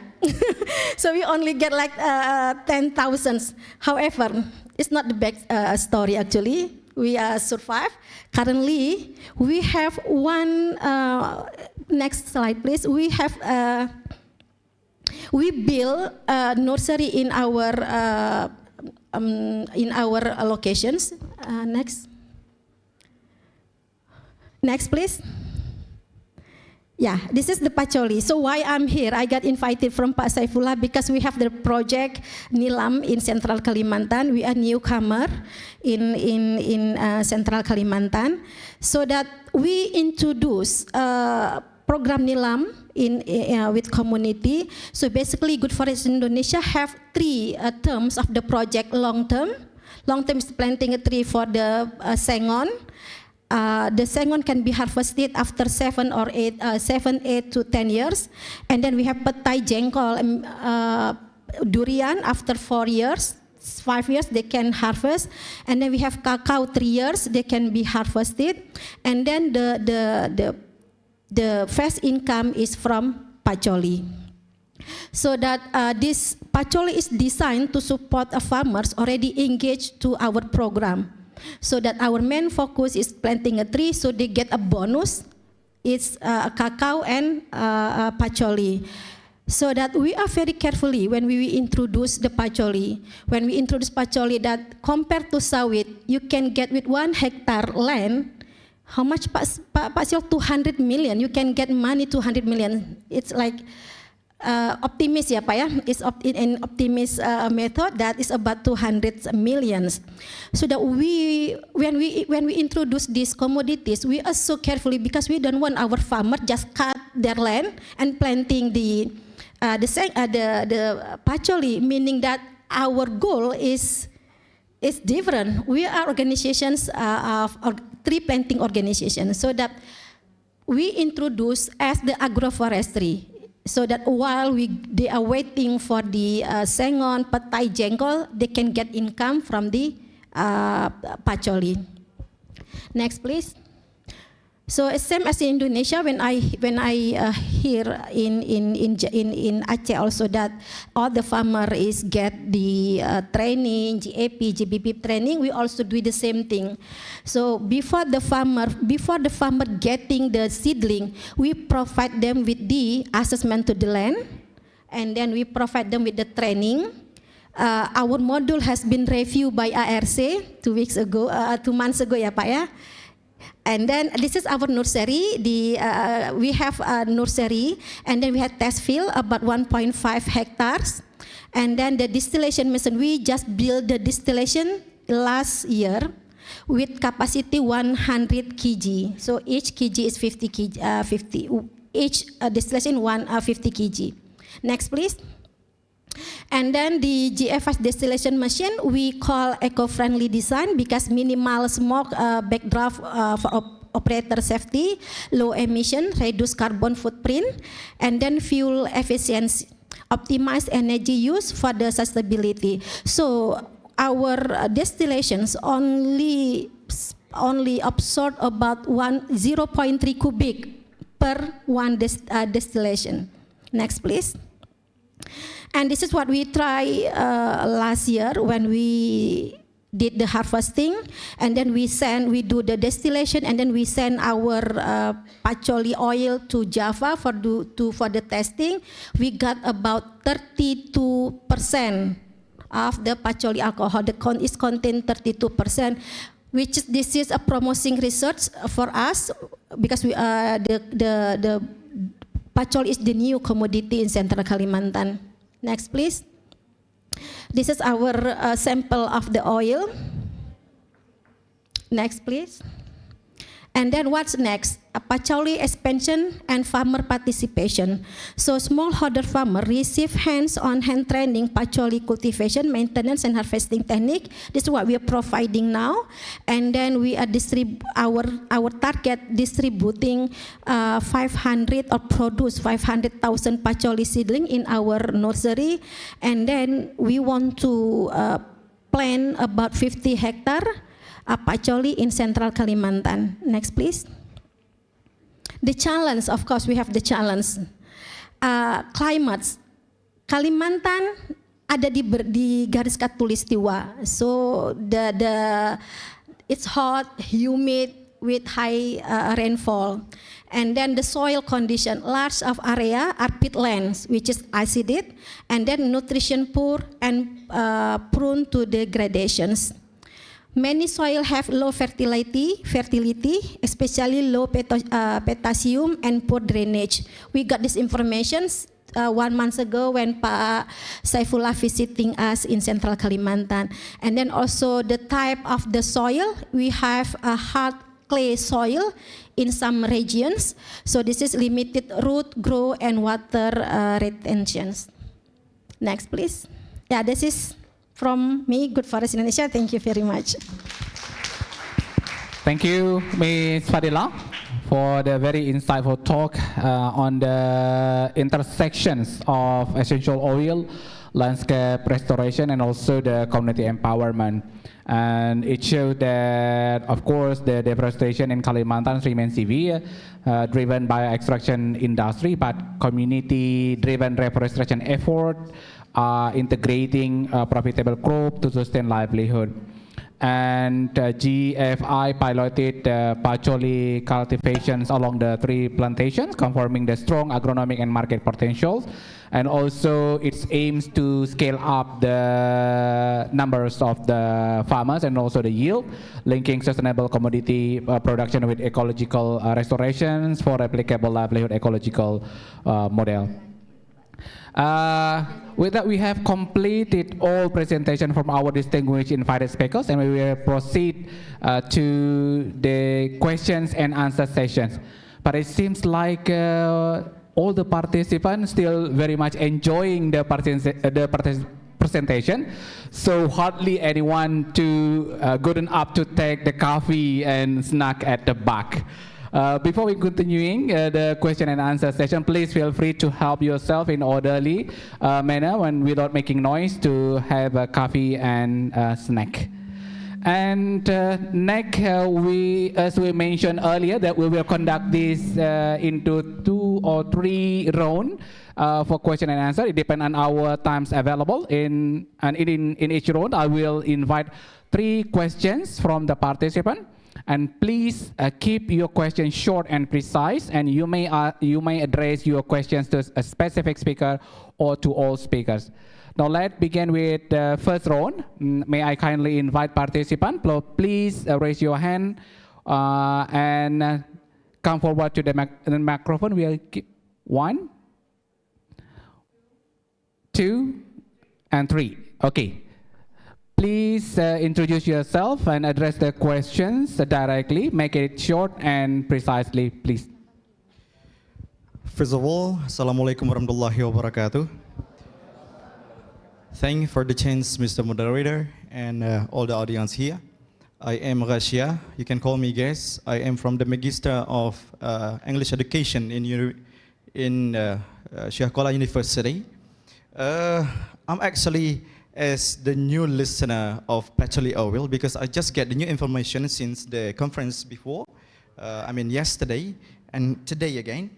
I am myself I really intend to be the farmer of pacoli oil actually, because I and family have the empty land in Biren located in Bifa. But today, I just get the new information about the fluctuative selling price about the petroleum oil. Because last year, if I'm not mistaken, I just read from the famous newspaper in this town, the selling price of petroleum oil reached 2.4 million rupiah per kg. But unfortunately, per last month, if I'm not mistaken, on August, it decreased sharply into 700 rupiah per kg. Yeah, what I could ask is, actually I have 5 WS question for this one, but maybe I could give this for all the audience. I just take 2 questions. The first of all is, why this happened? I mean, why this fluctuative selling price happened? And then the second one, what could be suggested either for the government or and the farmer who product this specialty oil later on. Thank you for this chance. Thank you, Russia. Okay, thank you. I think this question is addressed to Ibu Ratna, yeah? Because your presentation related to the volatile market and prices that you already mentioned before, and also the something like how to tie up among the stakeholders involved in the industry. So keep the answers before that. The second, yeah, please say your names and also the affiliation, please, and address your question shortly and briefly. Assalamualaikum warahmatullahi wabarakatuh. Thank you, Mr. Irfan, as moderator for the opportunity. The delivery of the material was very extraordinary from all presenters. Your name, please? Yeah, my name is Syahda Arsanti. I'm from Department Animal Husbandry, Faculty of Agriculture, Syekh Kuala University. Previously, I won a scientific competition and received a silver medal in Lombok and a bronze medal in Bali with an innovation using nutmeg oil, which also contains essential oil as a solution for insomnia. I would like to ask regarding the material for this presentation. We know that essential oils have many benefits for the livestock world, such as feed additive, environmental control, increasing product value, and supporting livestock welfare. For Ms. Rizka, what I want to ask is, what is the role of sustainability and certification policy and supporting the synergy between Pachauli agribusiness and the livestock subsector? Thank you. Okay, thank you very much. This is a very good question. Also, this is also, I think, addressed to all the invited speakers here. So maybe you can answer questions directly later. Next, we will Okay. Okay, Assalamualaikum warahmatullahi wabarakatuh. Let me take a note. Good morning, my name is Abida. I'm from the Faculty of Education, Indonesian language. I come from a farming family. My life and education supported by agriculture. So I'm very interested in how research can truly benefit farming communities in rural area. I would like to ask to Dr. Ratna and also Prof. Naraznawati. My question is, what habit or principle should young researchers adopt so that their research doesn't not just end up in the journals, but also provide a real benefit to society with the various the sustainability that Dr. Ratna mentioned earlier? And personally, in your journey as a researcher, what habit, turning point, or value of life have been most important to you? I'm very curious to learn from your way of life, something that is not written in the books or journal you publish. Thank you. Okay, thank you. This is directly addressed to Dr. Ratna and Prof. Norasana. And I think Yeah, and I think the Buririn also can answer the questions from the three of these very strong questions. Maybe start first from Ibu Ratna.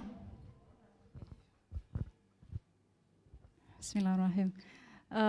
Very excited to see the youngsters are very much interested in the discussion of especially essential oil and pacholi. Really appreciate, yeah. Give applause for all adik-adik mahasiswa here, yeah. Okay, and a very critical question, important questions being raised. The first question is actually very relevant for Bapak Ketua IRC, yeah, who's been in the market trying to stabilize the price of pacholi oil. Perhaps my answer is very much quite conceptual. It will be added by practical experience of Bapak Ketua and the team, yeah, who've been in the field controlling the price of pacholi. Yeah. From the conceptual perspective, the price of commodity is very much dependent on the supply and demand dynamic, the market dynamic, and then the quality of the commodity itself. And then, as I mentioned, pacholi are dominantly produced by smallholder farmers. And these smallholder farmers are sometimes shifting their preference. Okay? When the price of pacholi is not interesting for them, they would shift to other agricultural types of plants, because this is also a short-term plan to be focused on. And also the government, the syndicate could be playing a role in fluctuating the market price of pacholi. So various factors affecting the stability of the price itself. That's why our initiative to enhance the capacity of the farmers and then trying to also level up their reporting, as I mentioned before, that would help the stability of the prices for the pacholi, hopefully, yes? Maybe Pak Syaifullah can add later on. No, that's good. Okay, so yeah, I forget his name. Rasha, thank you so much. And you can come to IRC for your interest to become a pacholi farmer, inshallah, okay? Shall I answer directly there? Okay, to continue with the question from Asha. Sharia, what's the name? Asking about the habit of researcher or something? Yeah? Your name? Syahida. Namanya? Abida. Oh, Abida. Okay, sorry. Jauh. Okay, very impressive as well that you have interest to become a researcher at such young age. And that what has been done by ARC, we have a very little researcher at ARC. Even our young researchers at the age of secondary school, yeah, Pak Ketua, yeah, who have won the medals for becoming a researchers at the Atsiri Research Center. So I think the first quality, if I may humbly respond to your query, is we have always question, yeah? We have inquisitive. We want to know. We are questioning the things around us. Why is it like this? Why is it like that? Yeah? So that's a starting point for us to be a good researcher. You are enthusiastic in learning new things, in discovering new things, and not just being silent in our comfort zone. Yeah? We try to discover and explore, and always open up our perspective. Okay? Being humble in the knowledge seeking, being open up that you are not satisfied only with what you know. Okay? Me in accounting, I shouldn't only be satisfied with accounting. I want to know other things. I want to explore about pacholi and the rest of knowledge that I can embark on. So that's perhaps another things that you could try to develop, as well as for me myself. And also discipline, perhaps. Okay? You have a certain attitude of discipline and a good attitude will take you further. I always tell my students, good grades may take you somewhere, but good attitude will bring you even further. Yeah. Okay. It's not competency is not enough, but positive attitude will take you so much higher. That's all from me. Thank you, Pak Irfan.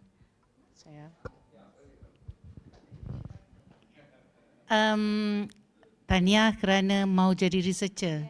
Being a researcher is not easy for the first start. Not easy. Because if you in Malaysia, if you want to be a researcher, at least you have your master's degree. Then you're going to be a good researcher at one point. Then after that, first thing first, what do you like to do the most? Buat apa yang you suka, then you akan suka sampai bila-bila. That's yeah, yes. Buat apa yang you suka, you akan buat sampai bila-bila. So saya suka buat research. I love research so much. Even though I'm retired, I'm doing my research at home now. So the setup yang saya tunjuk dalam gambar tu adalah di rumah saya, Pak Saiful. So I have the tree around my house. I have the distiller in my balcony. So you know, so I do it at home at my own time and leisure. But I'm still doing research, and I suppose a young researcher who love to have very fast results. You cannot be a researcher. You cannot be a researcher. A researcher is the one who very patient and passionate. You have to be very patient to get a good results. So I congratulate the one who asked us a question, because she's the one who asked just now, she's not from the science stream. She's from the education, perhaps maybe the education of science. Yeah, but most of the time we believe the scientists come from the science stream. So you buat basic degree in science, then after that you step in your master's degrees. I believe that the master's degree offers at USK is very much different from other university, maybe. So they have, every single university, they have their own niche area, their own expertise. Because of, you know, the lecturers involved is actually giving what is the novelty of that particular university. So you go to UMT because you love marine. You love to have your diving license there. So you go to university because of that particular offers. So go for the one that you like the most. Then you'll be a very good researcher, insyaAllah.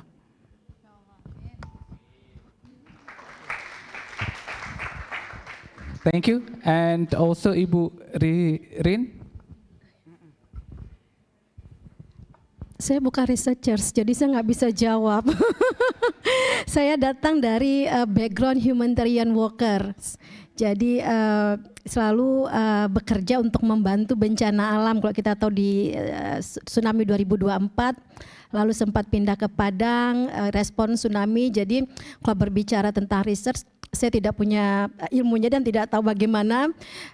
Hanya berusaha menjadi, saya pernah baca Profesor Ratna, sebaik-baiknya manusia adalah yang bermanfaat untuk orang lain. Itu yang saya kerjakan saat ini, mengapa saya fokus di humanitarian worker dan di sosial.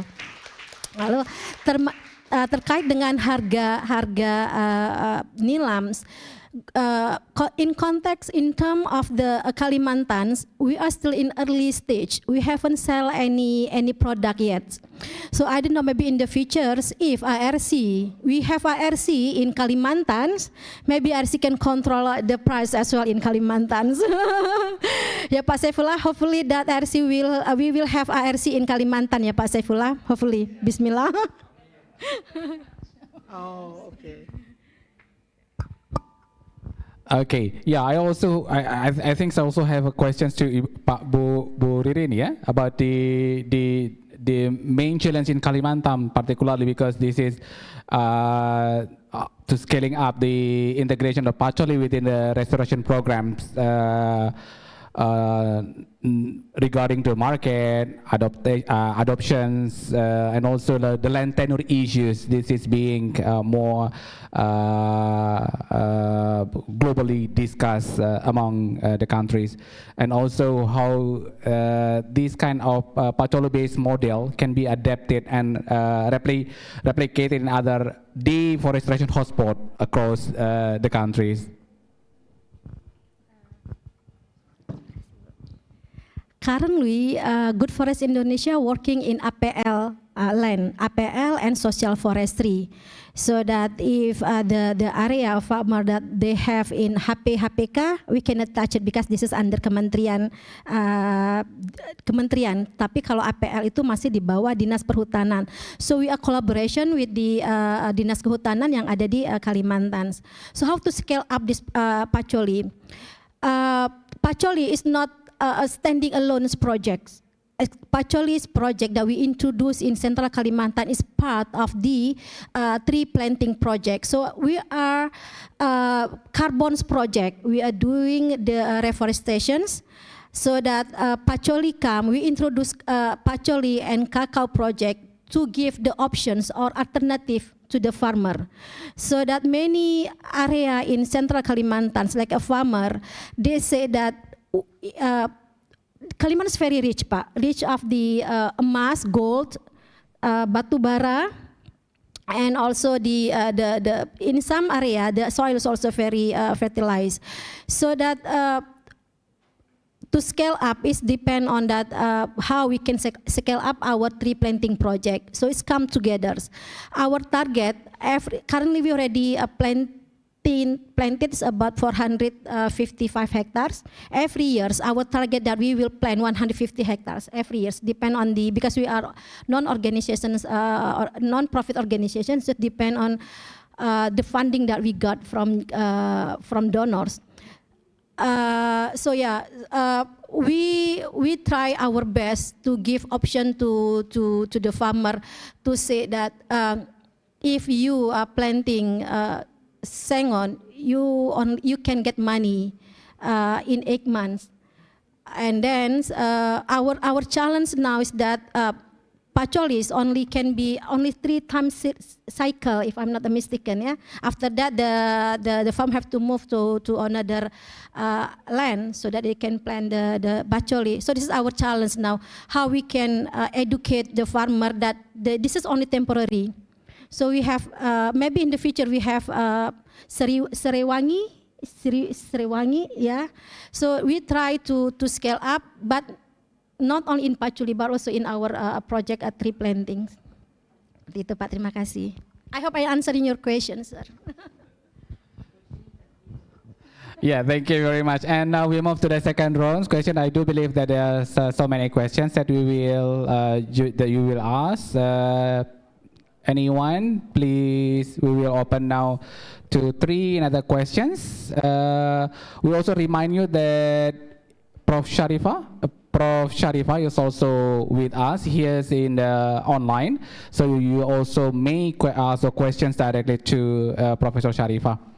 Anyone, please raise your hand. We will open 3 next questions. Before that, maybe I have a questions to Prof. Sharifah, because Prof. Sharifah analyzed the chemical composition and regional variations to see the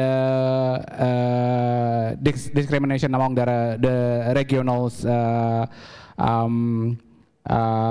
valuations. Then what do you think, what kind of the strategies that could strengthen the region specific branding in Indonesia Pacholo oil, particularly considering to the partial overlap or in chemical composition across the regions? I think this is my first questions to Prof. Sharifah. And also I would like to confirm to Prof. Noras, because mentioning about the community-based distillation model, and you mentioned that different location produce varying compound profile, particularly the sinoil. could you elaborate on how environmental factor such as soil type and stress conditions specifically influence this variation, and also the community-based extractions using the small-scale steam distillations? What are the key challenges to ensuring the quality, consistent quality control, and also the standardizations when the production is decentralized at the household level? I think this is the second question. And also I have a questions to waiting for others participant. And also Ibu Bu Ratna also mentions about the how then reporting is important. Then how then we can integrate it, the local perspective of sustainability be effectively with the global reporting standard without overburdening smallholder, because it seems like huge and burden when you're thinking about the global standards. Yeah.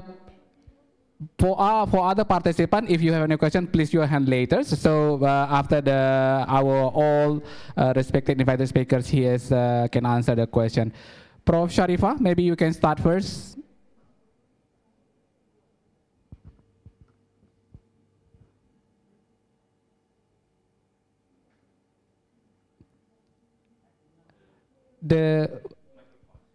Your sons, and you are still mute. Sorry. Thank you for your question. It's about the strategy.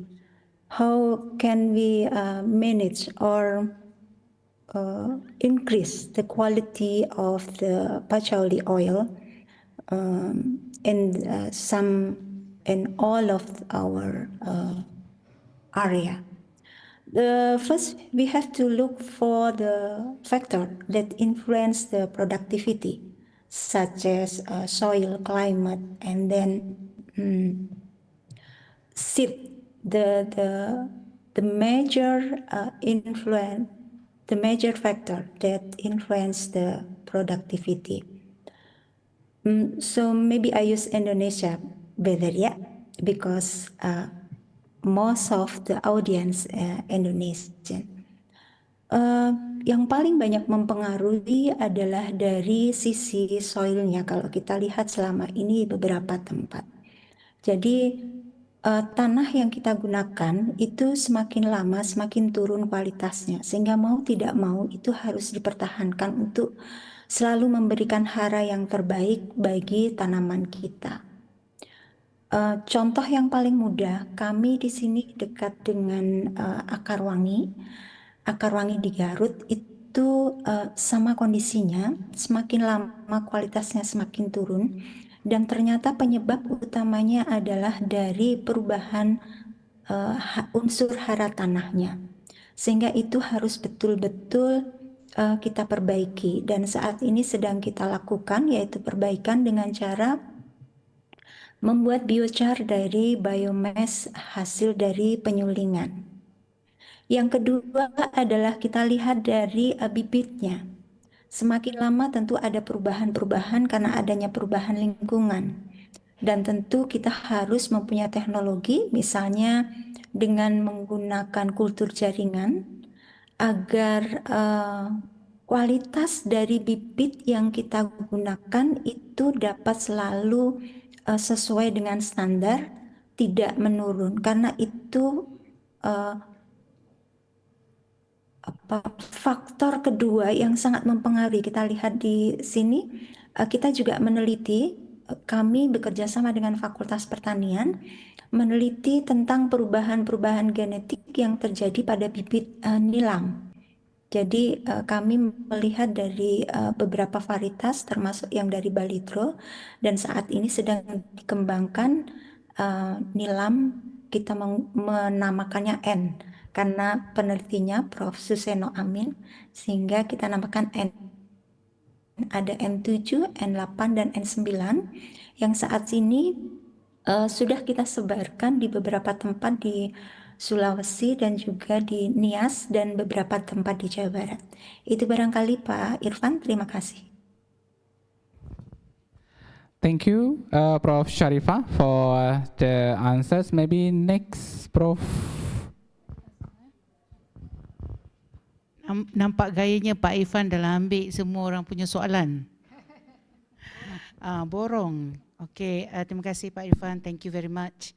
The challenge in the community programs, when you involve with the community, one thing for sure that you need to show them that they will get the money at the end of the day. But to get the money at the end of the day, when? How? So every time I give the community lesson, we go for the awareness program and so on, for free. We didn't, in fact, we give them food, and we have like a day program up to 4 o'clock before Asar. And you know, the contribution in terms of time. So they didn't really commit on time. So if we come away from UMT to that particular place, they didn't know how they're supposed to really appreciate our effort. So we don't really need them to pay us or whatsoever, but they didn't appreciate our time and their own time. So we always told them, you don't need to do anything, it's just that you need to be rajin. You have to be really respect to whatever you want to do. Inshallah, money will come. But then, you know, when we start the program, it's about 1 hour from our campus in Setiu. But that is actually for the beginning. And you know, one of our distiller is actually broken because, you know, when they try to run, they left that particular area for maybe, and it's actually hangus, terbakar because it's too long.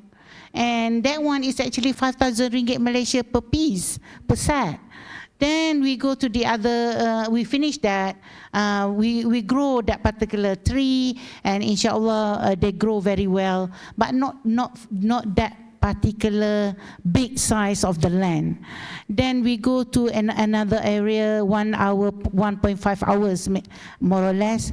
That particular area, we got a good land, like 1 acre something. We start with planting 200 trees. But you know, at the end of the day, all the trees die. Because you know, I said, in 6 months' time, you have to do the watering, morning and afternoon, or maybe evening, so that that particular tree will grow well. We plant together, meaning we go down, plant with the farmers, or maybe they are not farmers, it's actually fishermen, but we always instill that particular information that this program will give them extra money, especially during the monsoon season. Again, the problem is they didn't really devote to that particular project. So I'm telling you, anak-anak, you have to be devoted to do whatever you want to do. If you don't devote, then inshallah you'll never get what you're supposed to get. So devote. So devoted is the most important thing in our life. So if you devote, then inshallah Allah knows better for us. If we do something, Allah will give back. So I believe that that point, then we plant again for 200 now. See, already a month, it grow well. You know, every week, every 2 weeks, we go to that particular land, tengok how they survive or not. So inshallah now, 1 month plus, they need like 6 months to grow. Then after that, you don't need to do anything, then let them grow. So maybe because of the environment itself, because you know, we are planting this tree very near to the beach. But then for the Melaleuca Gajah Putih, the best area is a breeze soil. So there is a breeze soil on that particular area. So again, we believe we will get the result of the soil composition soon. But it's just that the moment we decided to do this project on that particular, because we'll see that so many of the young Melaleuca Gajah Putih over there, all over that particular place, that we believe that is the best place to grow that particular tree. So again, that is the obstacle of this. Apart from that, you know, to enhance their ability, to enhance their interest, then and we managed to get the project. I am the one who write the proposal. They get the money of 100,000. That is actually beautiful perks. They'll get the money. You know, I didn't get any single penny. But I'm good. As long as they get the money, they know they will get the money. So from that, then they bought distiller. So that particular distiller, they used that for only like 2 weeks. They got like 2 liters over. They got money like 4,000 over. Then that's it. We didn't receive any more up to now. So, but then, as I said earlier to anak-anak, I never give up with research. I never give up with research. Inshallah, we find another place. So we go again, a parallel work. Inshallah, one day they will get a good deeds from that. So we hope so. Inshallah. That was why few times visiting Pak Saiful just because I want to know better. Yeah. I guess that answers me. Oh, that one, the other compounds. When I put it like the 4 major compounds from that particular oil, is actually really related to the places. It's just that one of the places that I mentioned earlier in that particular table, that is Nusa Dusun Melaka, but that particular guy is the one who actually our mentor. He actually having 4 acres of Melaleuca Gajah Putih, then they have all the Serai Wangi in between, and they have all the hive for the Kelulut, Madu Kelulut, and so on. He is the one who actually searched around the Malaysia to get the good breed of this Melaleuca Gajah Putih. So that was why, if you can see, from Nusa Dusun, we get a best product of that particular compounds. Thank you, Prof. Ibu Ratna? Okay, I'll continue from Prof. Azna. So basically, talking about the possible reporting framework for the smallholder farmers without overburdening the farmers. Again, as Prof. Azna mentions, the farmers need to see the tangible benefits, right? So we cannot put this framework straight away into regulation or strict rules for them to do some compliance for reporting. What we can do perhaps to have a layered format of reporting. Maybe we start from the cooperative level, or from the district, or from the institution that governs and empowers, such as ILO, for example. And then gradually, when they see the market prices seems to increase and then the demand to increase, they can see the benefits out of it, then only we can go down into further inquiring them to have reporting as well at a simple format. So it will be very much gradual in careful steps that needs to be monitored and see the effectiveness of the result. I hope that answers your question, Mr. Irfan. Thank you so much. Okay, give a round of applause to all the answers given by our invited speakers. Still, we would like to invite another participant who want to ask the questions. If you still have questions, please raise your hands. If not, I will give another questions. But Prof. Nora, you also developed the community-based distillation model, right? And also you mentioning about the standardizations. How then this how to make sure this kind of like a model to produce the consistent quality control from the household level to the standardizations that you mentioned? Because we also face the same challenge here in Aceh using this kind of model. To some degree, we have to continuing the production, the process of the productions. But in other ways, we also have to fulfill the standards that the market demand. So this is another questions that maybe you can elaborate more. And also for Ibu Ratna still, you mentioned about the cooperative role, and maybe you can elaborate what role should cooperative, or also you mentioned about the digital tools and price guarantee play in ensuring that sustainability reporting provide a real value for farmers and also beyond the compliance. This is also important for smallholder farmer, right? So I think you can respond. And also maybe this is also related to Ibu Ririn, yeah. Also the challenging because you involve the farmers, also smallholder farmers, how to call them to engage actively in the scaling up the Pacholi industry, and also during for Prof. Sharifah. During your presentation, you also mentions about some things like given the moderate classification accuracy less than 0.9 some things, if I'm not mistaken. And how feasible is it to apply chemical profiling as a reliable tool for authentications of partially oil origins from your perspective, from your research perspective? I think this you may answer the questions, make it short.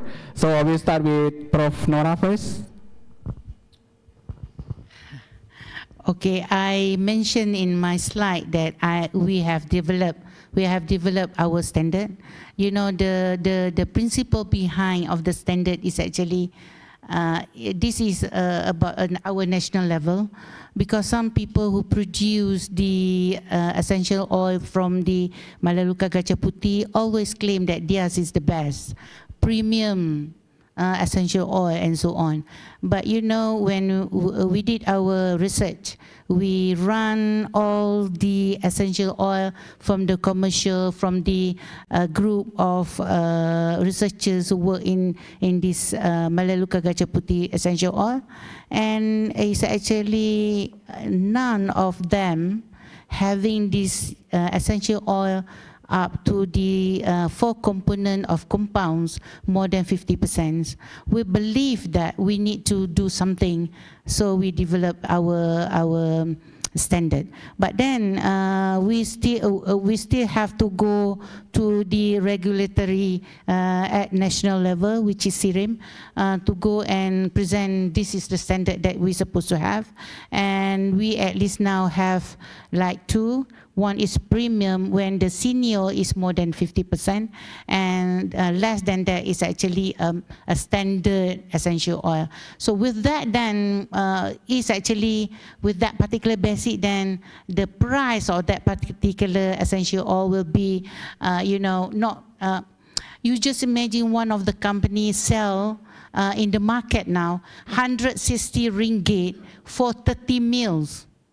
160 ringgit for 30 mils. Pak Saiful, is far too expensive. It's more than 4,000 ringgit per liter. So with that, then when me and my group developed this, we believe that the consumer and the customer who always buy this particular product will have that a very good price offered when we publicize this. But of course, I believe that some of the company will not like our standard, but this is really for the consumers. So with that then, because in Malaysia scenario, to get that particular pure 4 compounds of more than 50%, we have to go for purification and isolation processes. That is actually the one that will be very tedious, and of course they really need to have and sell in a very high price. So with that then, still, Pak Irfan, we are in the process of having in Malaysia the standard government company known as Sirim. Sirim Berhad is actually now is a GLC, governing company. So we have to go to that particular Sirim to verify this is the best standard that we have. Inshallah, after this. Yeah. Okay. Okay, I'll keep it short answer, since the audience are so silent already. Hello. I hope you are still in the high mood. Yeah, you are still with us, eh? Not somewhere else. Eh? Why am I pinpointing specifically into cooperative? Perhaps this is kind of alliance, yeah, for the smallholder farmers. This is the, at least the basic unit that can, what do we call that, yeah? Align with all the farmers in that sector, in that area, to play a role in contributing to sustainability reporting. So there is a high hope if cooperative can participate in supporting the attainment of simple sustainability reporting, of course supported by other agency, government, as well as NGOs that can further support into getting the sustainability reporting. And as we witnessed yesterday from the ILO mentioning about the digital is very important, data is very important in nowadays. We cannot work without the data and digital tools. So that can be incorporated into how the sustainability reporting is being made. Yeah? Perhaps a simple sustainability reporting utilizing a very simple digital application that could work. And that needs to be tested and, of course, look into in the practical sides. I think that's all, Pak Irfan. Before Bu Riri, maybe short response, Prof. Sharifah.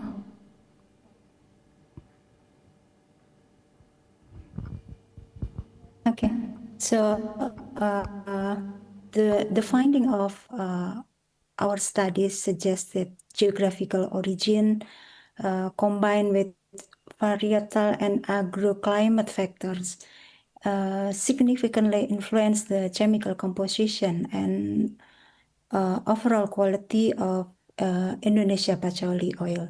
So further research is needed to optimize cultivation, processing practice, in order to enhance the consistency and increase the global competitiveness of this strategic export commodity, patchouli oil. Thank you. Terima kasih. Pertanyaan untuk saya terkait dengan bagaimana mengengage petani ya Pak ya. Saya akan jawab dalam bahasa Indonesia bila tidak keberatan. Jadi memang sangat bekerja dengan masyarakat itu very challenging sebenarnya.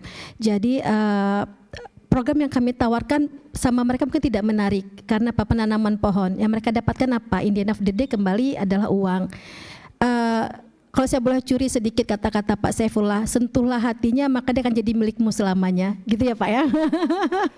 Ya jadi itu yang coba kami coba bawa bahwa di setiap program yang kami, daerah yang kami melaksanakan program, kami membuat base camp di situ. Buat base camp, jadi staff live in di dalam masyarakat, mereka top yang kami lakukan.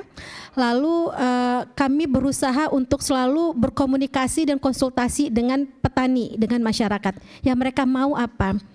Masyarakat tantangan yang kami hadapi adalah petani di sana itu, masyarakat di sana background bukan petani, bapak-bapak, ibu-ibu. Background mereka adalah orang Dayak itu pemburu, hunter. Mereka bukan petani. Dan mereka sangat kaya. Mereka bilang bahwa saya buka tambang liar, satu hari dapat 1,5 juta atau 2 juta.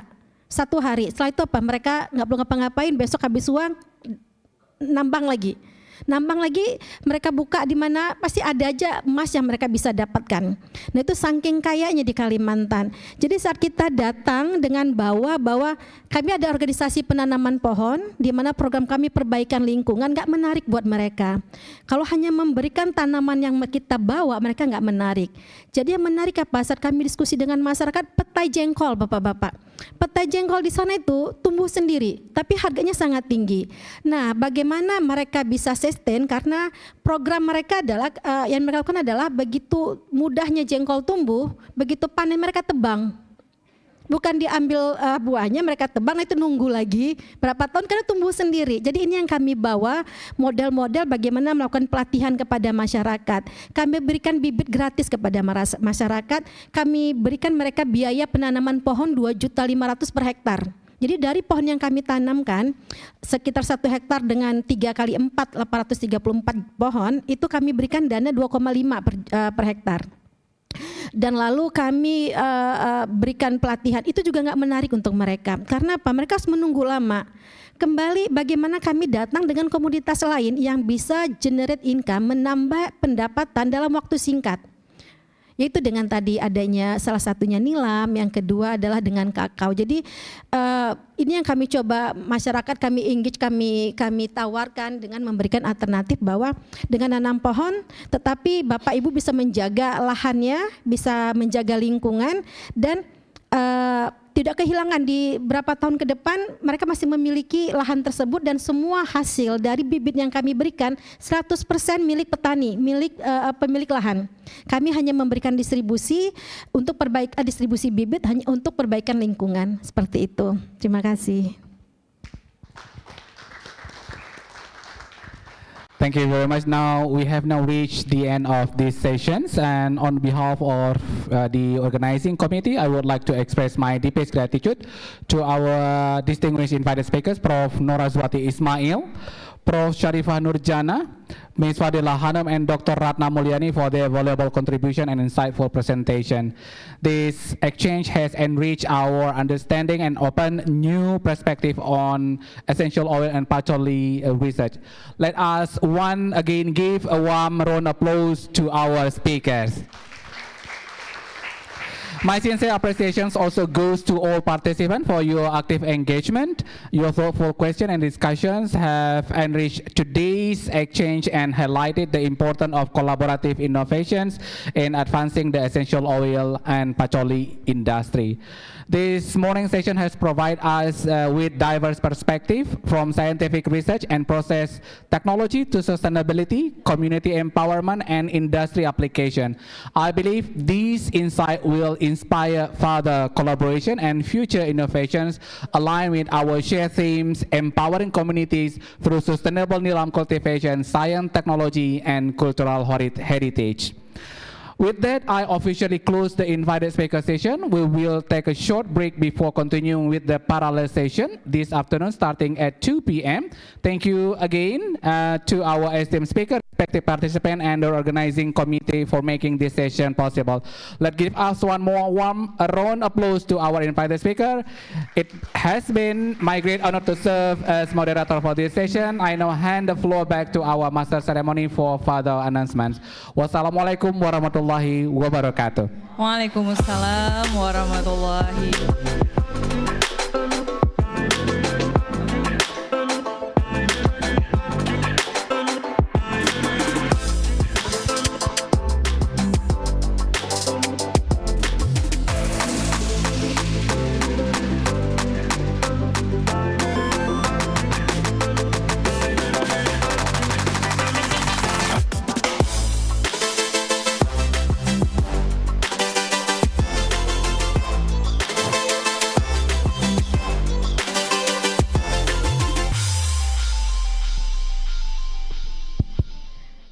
Okay, thank you very much, Dr. Irfan, for guiding us to the invited speaker sessions, and also thank you very much for our invited speakers. And before we move to the next agenda, I would like to tell several information for everyone who attend this conference this afternoon. Yeah.